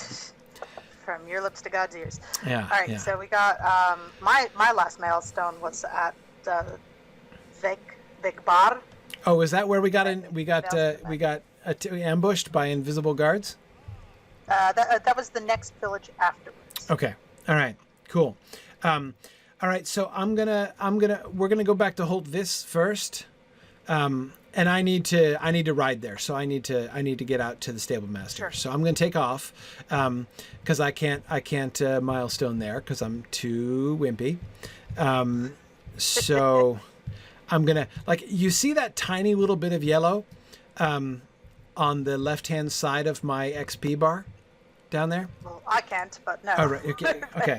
That's literally all of the XP that Narnian has ever earned in his entire. Wow. That's about 2 millimeters of That XP. That's it. That's it. Get more just from existing. No. Yeah, I got that from like fellowing up with. Oh, hang on. I'm doing this same. And you need to do some harvest math stuff. Yeah. That I is don't an know. XP Hang on a second. booster, no mistake. Right. We need to. Hang on. I'm trying to. Right there we go. Okay, got my horse working now. All right. Convincing my mouse to pick up. So heading back to South Bree so that I can get the stable master there. Your horse having trouble turning over this evening? Yeah, my horse has some steering problems. You know. You want to take her in. Little problems lead to big problems. I know, but you know, goodness knows that's true. But transmission. Yeah. Anyway, yeah, no, don't worry, JJ. We'll definitely go up the Chieftain's Hill. I didn't realize there was more up the hill, so we'll start there.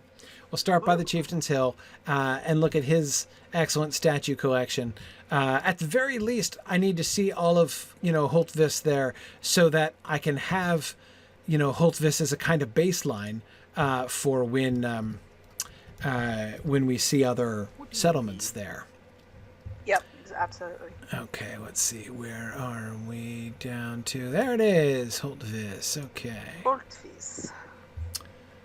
Very good. All right. Hello.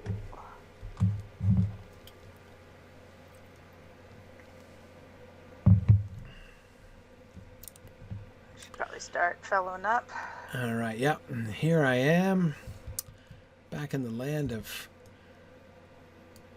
red quest text, where I get all these grim warnings about how I shouldn't be here.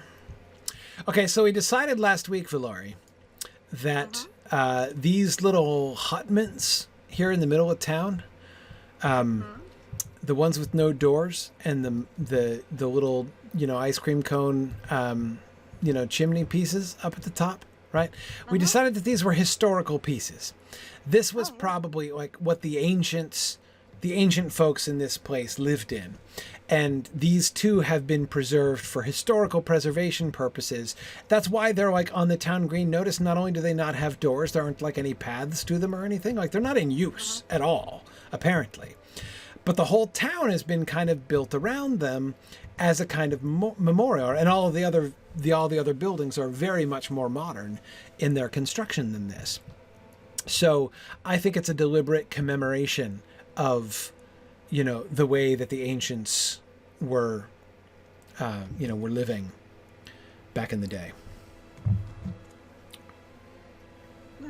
So that was my big conclusion from exploring the the downstairs portion of the town. But Okay, I can dig it. We'll head up and see especially given like the sophistication of their armor, right? It's this is... it's definitely one of those. Well, the other thing is, this looks like something that people were using as animal pens well into the 19th century. Very likely. Because, when I talk about preservation, I don't mean in the modern, like, don't touch children kind of sense. We're going to rope this off to prevent anyone from ever coming into contact with it. No one must disturb Pumbaa's old... Right, exactly. I mean, that they could have been used as animal pens while still being essentially, preserved for historical purposes. Seems to me entirely likely. Okay, all right. So let's head uphill. Where are we going? I think I didn't go far enough up, I guess. I thought that was the way that I went, and it led to a dead end into the fields, but maybe I turned back too soon. Oh, maybe that's the way that I went up there. Oh man, I can't wait to do a careful I had one quick trip through the Woes' land. Okay, nothing too special about these houses, more of what we've seen, and I'm looking... Is that a sod roof, or is that just mossy? See, I was trying to decide this last time, because on the one hand, a lot of these roofs, they all look like that. And a lot of these roofs just look to me too steep to be sod roofs. I think it's moss. Yeah, there's not a lot of light over here. Yeah, I think it's moss, and especially if we look closely, it looks almost like you can see the texture of like wood or shingling underneath it. Yeah, it's very shaggy. Yeah, I think it's... And it goes over the wooden posts. That's the telling bit. Yes, exactly. I mean, it's clearly overgrowing what are obviously wooden structures. And here it looks more like lichen than moss, even exactly. But I'm liking this house too. Yeah, that's right. And of course, I was pointing out the glazing right in the windows. Like no village that has glass in the windows is going to live in little, hutments like are down in the village there. But okay, here we have these three villages, and I agree, JJ, it would be really fun to have a chess set based on these figures. Now these other two are the ones we've seen. Here's the one, he's got his little boomerang or whatever it is he's holding. Or maybe it's his suspenders. I don't know what he's holding. A pointed stick, but I can't rule it out. Horn. It's a horn. A horn? Sure. Yeah. Okay. Okay. Like a drinking horn? Maybe. Does he have something in his left hand over here? Kind of looks like something. Maybe it's just his sleeve. I don't know. Maybe. Maybe one's on his sword, one's on a horn. Like he could greet you either as a friend. Oh, so like or it's the pommel of his sword. Yeah, maybe. Yeah, maybe. Maybe. This third one, the tall one though. That one's interesting. Does it have a... No, it doesn't have a face on the back. It's got carvings on the back. Oh, maybe some histories in the back. Whereas, yeah, see, both of the other two have got the back faces. But Yeah, this does not that's have sort of back faces. Celtic Augish looking stuff. Yeah, yeah. You can see the back of his helmet at the top. You can see, you've got the swirly figure, which I was looking to see if we saw anywhere else. I didn't see it in any of the stonework. And then we've got the, well, I don't know. It's like what we've seen in the Barrow Downs. Yeah, exactly. That's why I was keen to see if we saw it on any stonework like we did there. But I don't see it on any stonework yet. And then, anyway, so down below the swirly pattern, then what looks like a sand dollar or maybe marijuana is down. I don't think that this was meant to be an image down here at the bottom. Kind of looks like hops. I work for a brewery, and I've drawn hops so many times I'm starting to recognize this. Right. Right. That's true. Okay. Beautiful knotwork on the side. I see a bird and... Yeah, that bird I was looking at. cone. You see the bird stooping down with its head, like, yeah, waterfowl, right? Stooping down and either pecking on the ground or... Yeah, I saw that too. Chasing people with bags of crisps. Right, the bird, yeah. Right. It sounds like a traumatic experience coming to... No, where did you get that idea? Yeah. Okay. All right. But hang on. So JJ said there were other... Oh, yeah. We do have the other statues over here. Okay. So these are familiar faces. This one is the like hungover one from the gate. And it has... Yep, it does have the face on the back. This is the one, right, with the eyes and the eyebrows. And he has a backwards face too. Yep. It's not quite the same. Okay. Or is it? Is this guy symmetrical? This one right here? It's a mirror image. Yeah. Well, no, it's the same image, just back to back. Back to back, yeah. I don't think we saw that before. It's like an Oreo cookie. Yeah. I don't think we saw that before. And then this post. It looks like a fence post, but it's not, and it's carved. It's got carvings in it. But they don't seem to be... Excuse me. Well, no, they are pictorial. There's some leaves. It's a definite leaf. Yeah. It's a leaf on post, I guess. It's... How strange. I don't remember just seeing a decorated post. See if I can get a better view of it.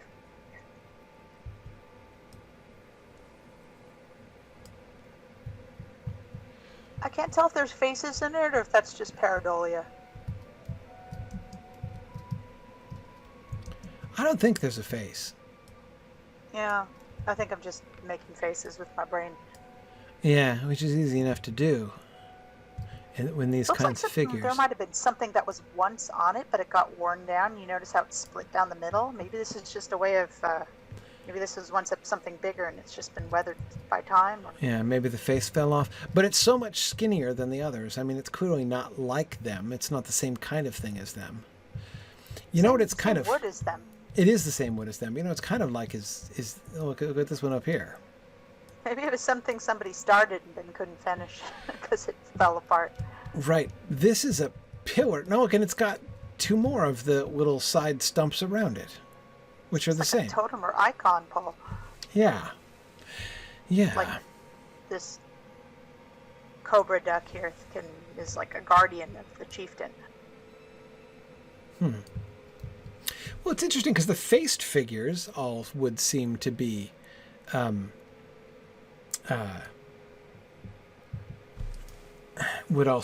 guardian figures. I mean, they're posted by the gates and such. Yeah, I mean, it does seem to be the same kind of workmanship, and as you say, the same wood as the other statues. Mm-hmm. How odd. Well, we'll have to see what else. And there's a cluster of them. I mean, there's a little small one over here. There's a tall one on the other side around that central pillar, which looks like it has a capital, like a pillar. Yeah, yeah. On top. It does. But did this once stand somewhere else in a hall? There's a lot of elements on this that does make me think this is sort of a nomadic people. The fact that, they have everything made out of wood instead of stone. And their houses look kind of slapped together. Yeah. Well, I mean, the they're houses... But they're, yeah. Well, yeah, but the panes are little itty-bitty tiny bits of glass and not giant panes. The shutters don't seem to be hung very well. Mm-hmm. Well, that's certainly true. There's not a lot of decoration on the house either, just outside it. Yeah, I mean, thinking about contrasting it with, for instance, all of the carving that we see in Rohan, in the houses, on the beams of the houses and such. Yeah. Yeah. These guys strike me as more nomadic than even the Rohirrim are. What if it's a historical preservationist impulse again? What if these statues are, again, designed to be kind of memories to or sort of nods to the older days of this culture, which they've obviously not forgotten. You can tell on account of how everybody in town... Look at this guy's got a different one around his neck. He's got a whole head and neck assembly there around his neck. Yeah, there he is. He's got a little man. Yeah. Yeah. That's not just the same kind of pendant that some of them are wearing at their waists and the ladies have on at the end of like rosary cords. Got a big old Mildenhall treasure plate on his belly. Yeah. Yeah, so I conclude that this society of people is very mindful of their traditional past, proud of their traditional past, even though they have moved beyond it in many ways. All of these things are ancient. We don't see any new statues like this or pillars like that. They're all very old. Barda wanted to draw attention to the sort of chimney thing in the top there. Chimney etching?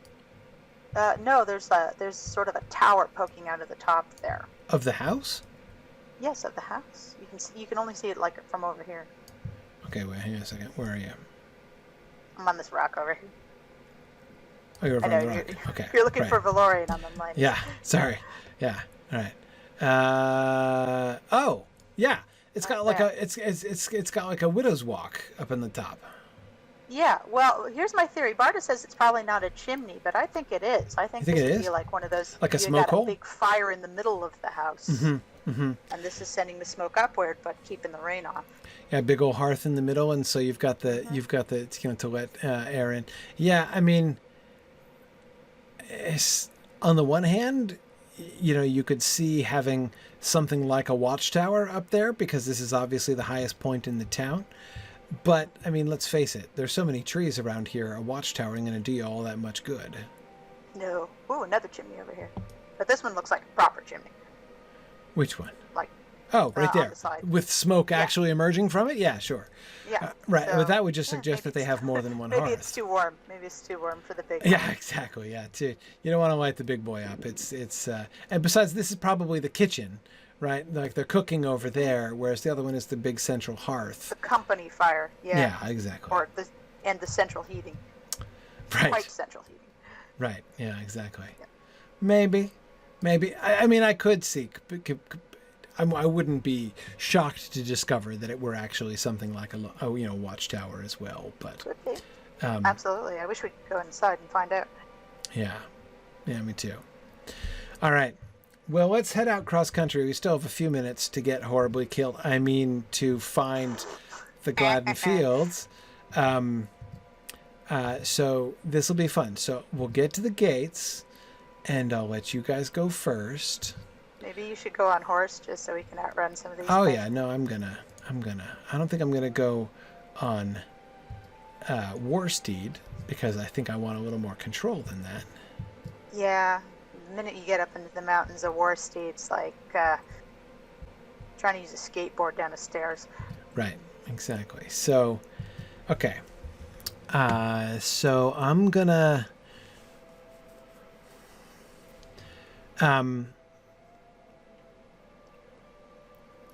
I want to go find, that island in the middle has got to be where the battle was. So I've got to find the battlefield, right? That's clear. Yeah. So let's go down and swim the river, I guess, is what we do. So let's head south. And then when we get down across from it, we'll swim the river. Wow. Who just hit me for almost all of my, wow. Who was stacking me? Whoa, what? What is that? Who is Did they get you already? Who was laying into me? I can't see anything. It wasn't like a squirrel or anything, was it? Yeah, no problem. I'm coming right back. Okay. A squirrel that did 15,000? Maybe. Hang on. We were all I'm coming shocked by back. the deer in troll shows. Yeah, exactly. Oh, is it roots? Oh, maybe it was a root. Oh, no.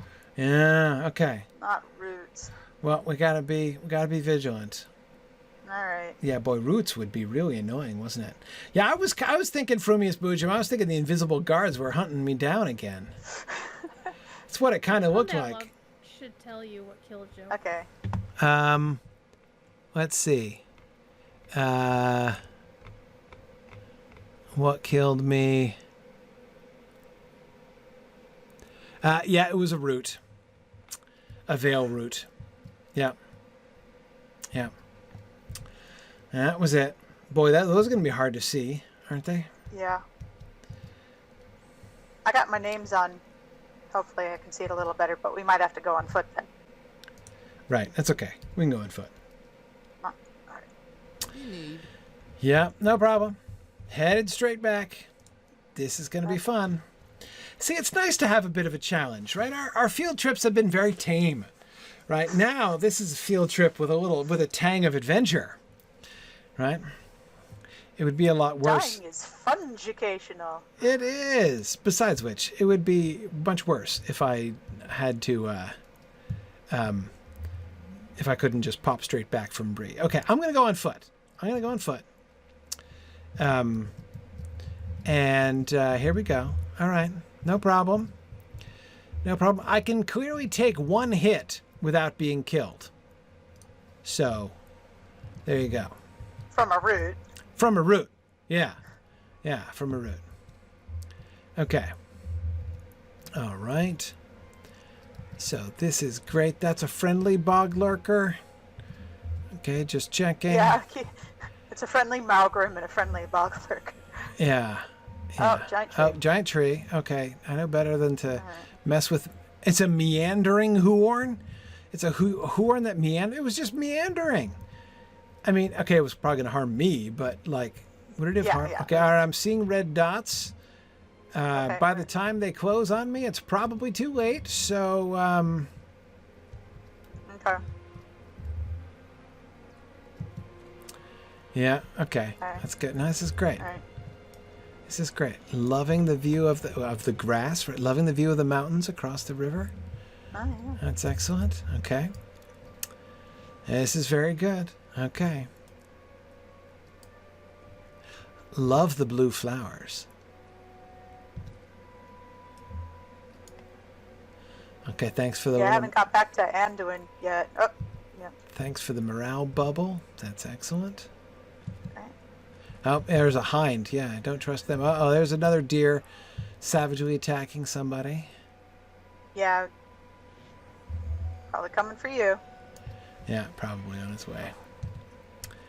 Okay. Intruder!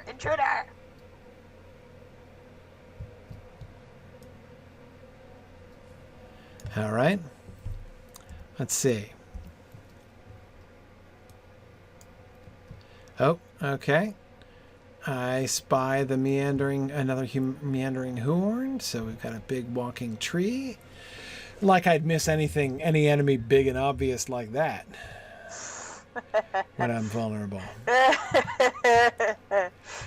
It's a good thing those Huorns don't have the kind of stealth capability that the Yeah, that Mumok takes have. me back to...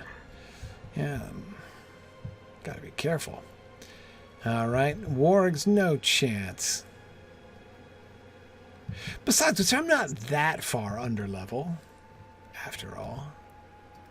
I'm just a little bit under level. You squishy, man. Well, yeah, I know, but it's not like I'm a level 10, is what I'm saying. No, It could be much worse. I think the grass would come up and strangle you on principle if you were level 10. Right. Yeah, probably so. Okay. Okay, I see some... All right, we're almost there. I see it. I see it in the distance.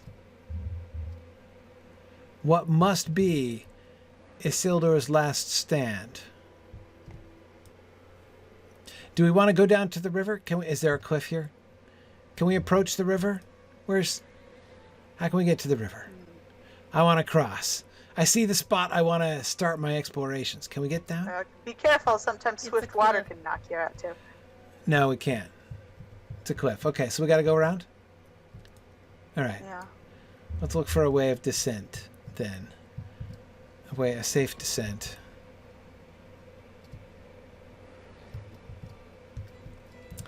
Okay.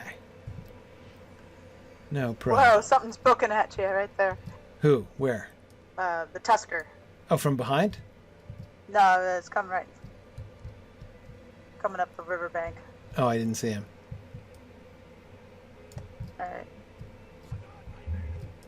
Oh, hey, here we go. Here we go. Great. Perfect. A nice descent down to the river. What could be better? All right. Straight across to... Where is it? Man, the Tuskers are like swimming towards you. Mm-hmm. Okay. All right. No problem. We're crossing the river. Ooh, lots of red guys. Ooh, that's a tree trunk. Wow. Okay. Yeah. Now entering the Gladden Fields. All right. Almost Uh-oh. made it. It's kind of ominous mist looking there. It is a little bit ominous. Look at this mist that just happened to be here and nowhere Okay. else. Right there's I can see what look like defensive fortifications. I can't wait. Okay. All right, here we go. Are there any like tadpoles or anything that are going to kill me as we're swimming? Lord.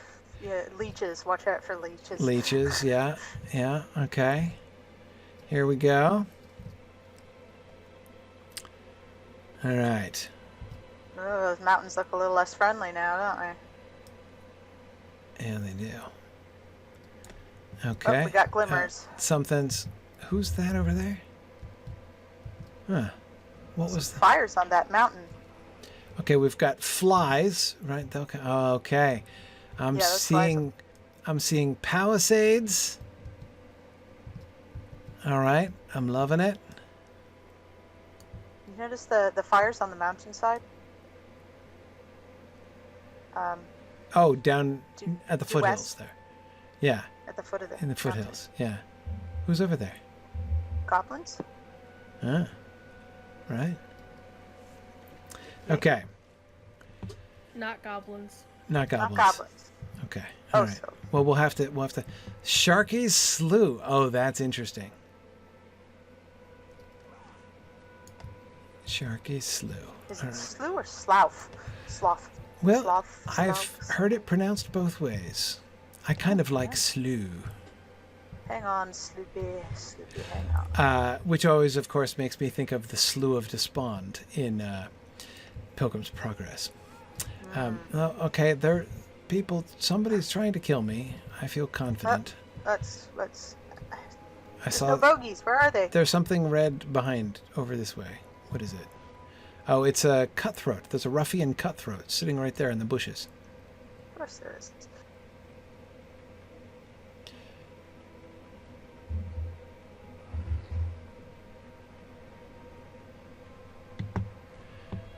But that reminds me. Oh, they're hidden. That's why.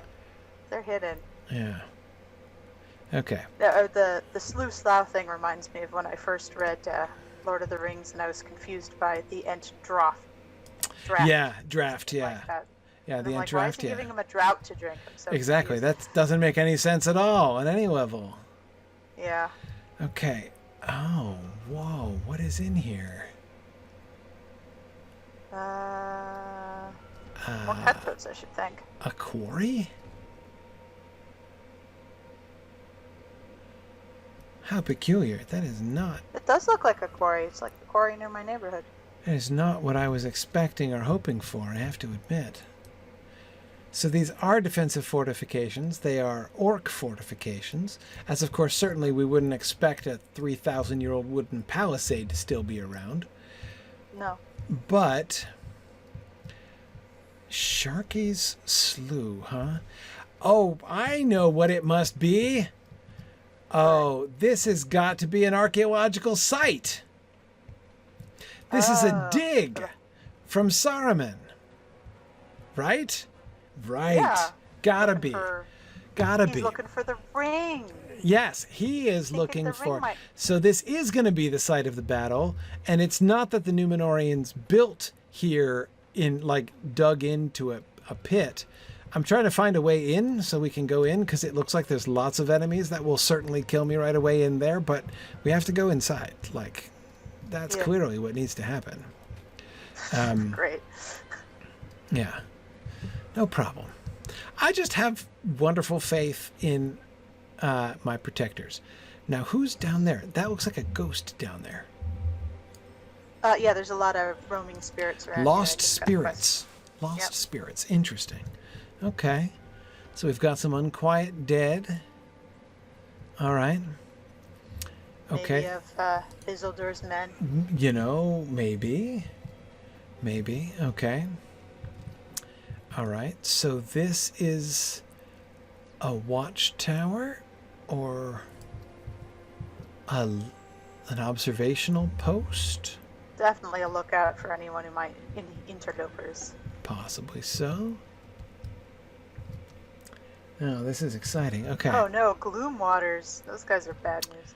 Gloom Waters are always bad news. Okay, wow. Can see it a little bit more clearly here now.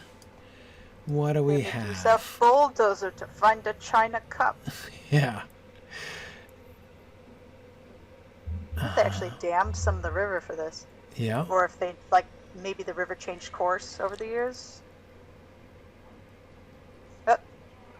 Oop. Okay, they're coming up after me.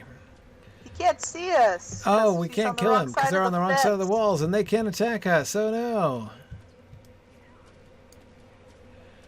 Oh well. Come on, guys, grow a clue. Go around. Something's tickling me. I don't know what it is. We seem to be at an impasse with these dredgers. See, I was right. Half-orc dredgers, obviously. They are dredging. Yep. This is Saruman's archaeological team. Clearly. Okay. Okay, there we go. Okay. No, that's great. Yep. He's looking for Númenórean relics. And of course for the ring, but he would have been looking for other things too, which means that logically any actual remnants of the Númenórean battlefield will be gone, because Saruman will have plowed them under, and anything remaining from the Númenóreans will have been taken. Mm-hmm. Maybe that's why we keep finding relics on thieves. Oh, do you? Yeah. Yeah, they're palming relics. It's a constant thing to find scholarly relics on thieves. So I'm looking at my loot, my pending loot. Okay. Yeah, found some parchments and... Oh yeah, you're right. Okay, let's see. That's great. Oh, very interesting. See, Oh, yeah, we're being attacked down. That was the rest. Yeah. Relic hunters. That's what he was called. He was called a relic hunter. These guys from uphill are called relic hunters? Yep. Okay. Yeah, Frumius Mujum, I do tend to think that these are designed to be less lookout towers than overseer towers, essentially. Let's go up into this camp. Can we do that? Is the coast more or less clear? There's more ruffian keepers down the hill there, but I think I think they're coming for me. Oh, there we go. Up, they're coming. Gotcha. They're coming. Yeah. There we go. All right. Running away. Oop. Oop. Well, they almost got me. Got me once. But I got better. Heels on Narnian. Okay, no problem. No problem. And my cat climbed over the tent. Okay. Anything in this camp up here? So the fortifications have been erected out of wood and like furs and canvas, it looks like. Like they're expected to be attacked. It's weird. What? By whom are they expecting attack? Sauron? Gandalf. Yeah, Bjornings? I don't know who would be. Probably to keep it secret from Sauron. Maybe they're afraid of Sauron's men taking it over. Maybe. But that means, logically, that Isildur, rather, would have gone east from here to the river. Well, let's see if we can see the bigger site. Hang on, we got lots of dudes who've respawned, I think. But actually, okay, maybe we should come back here next time, because it's getting late. Of course, it does take a little longer to travel when we have to travel with as much caution, but that's okay. Yeah. It's worth it for the thrill of investigation and exploration. Yep. Let's just peek over the edge, since we've made it this far.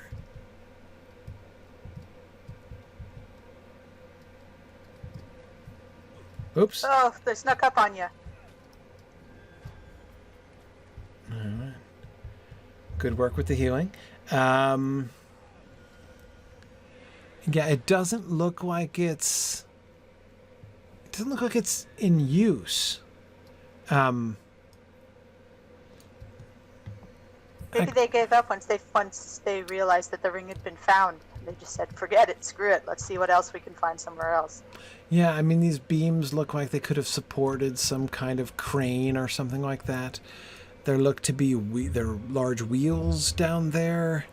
Look like water wheels. Definitely digging for something. Yeah. Yep. Well,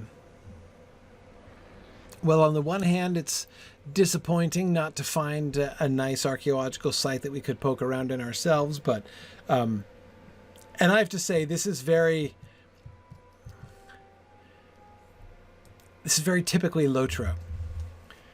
Very typically Lotro. First, to be reading the text as carefully as they are, right? That is to because of course they obviously know that Saruman came and studied here and searched long here for the ring, so that they would have this site occupied, but they would resist the temptation, to have you be able to find the ruins of, because there's an obvious attractiveness to that, right? To like find the site of the battlefield where Isildur made his last stand. But of course you wouldn't be able to, because Saruman found it first and excavated it. And so on the one hand, it's very like Lotro to be such careful readers of the text and so true to what is described in the text. But it's also very like Lotro to have it be so huge, right? I mean, like, this is not just he gave this place a once-over, right? This is like a massive work of excavation that's been done here. Like, he wanted to make sure that nothing was evident under, a good 100 feet of bedrock here. Yeah. Yeah, cool. Oh, you do get a quest. You get an instance for Isildur's last stand for the disaster of Gladden Fields. That I would kind of have expected, but okay. Anyway, cool. That's excellent. I'm very glad that they did that. All right, very good. Well, thank you everybody for coming. Thanks for guarding me here today. That was very, very helpful. Couldn't have gotten here without you. This is a fun discovery. Just exactly what I think we should find here. We'll explore around a little bit more to see if we can find any other evidences, and then we'll move on maybe to Rhosgobel. I don't know if we'll get to Rhosgobel next week, but we'll see what we can do. Anyway, so thanks everybody for joining me, and I think I'm gonna head back to Bree now. Oh, I didn't die? Oh man, I was expecting to be killed by the fall, and then I would end up back in Bree. That was my cunning plan. Oh well. Guess I just have to wander around till somebody kills me. You just hope the dudes respawn and kill you. Yeah, I could do that. Well, fine. Run into a mob? Yep, it's fine. Or I could just use my milestone. Either or. But anyway, awesome. Oh, here they come. Here come the mobs to help me in my travels. Yeah. You want us to heal you? Nah, it's fine. Thank you, everybody. Right. Good night. I will see you guys next week. Bye now. Thanks for joining me on this epic exploration of The Lord of the Rings and of Standing Stone's video adaptation of Tolkien's story. If you are having even half the fun I'm having on this journey, I hope you will consider supporting the project by donating at signumuniversity.org/fund.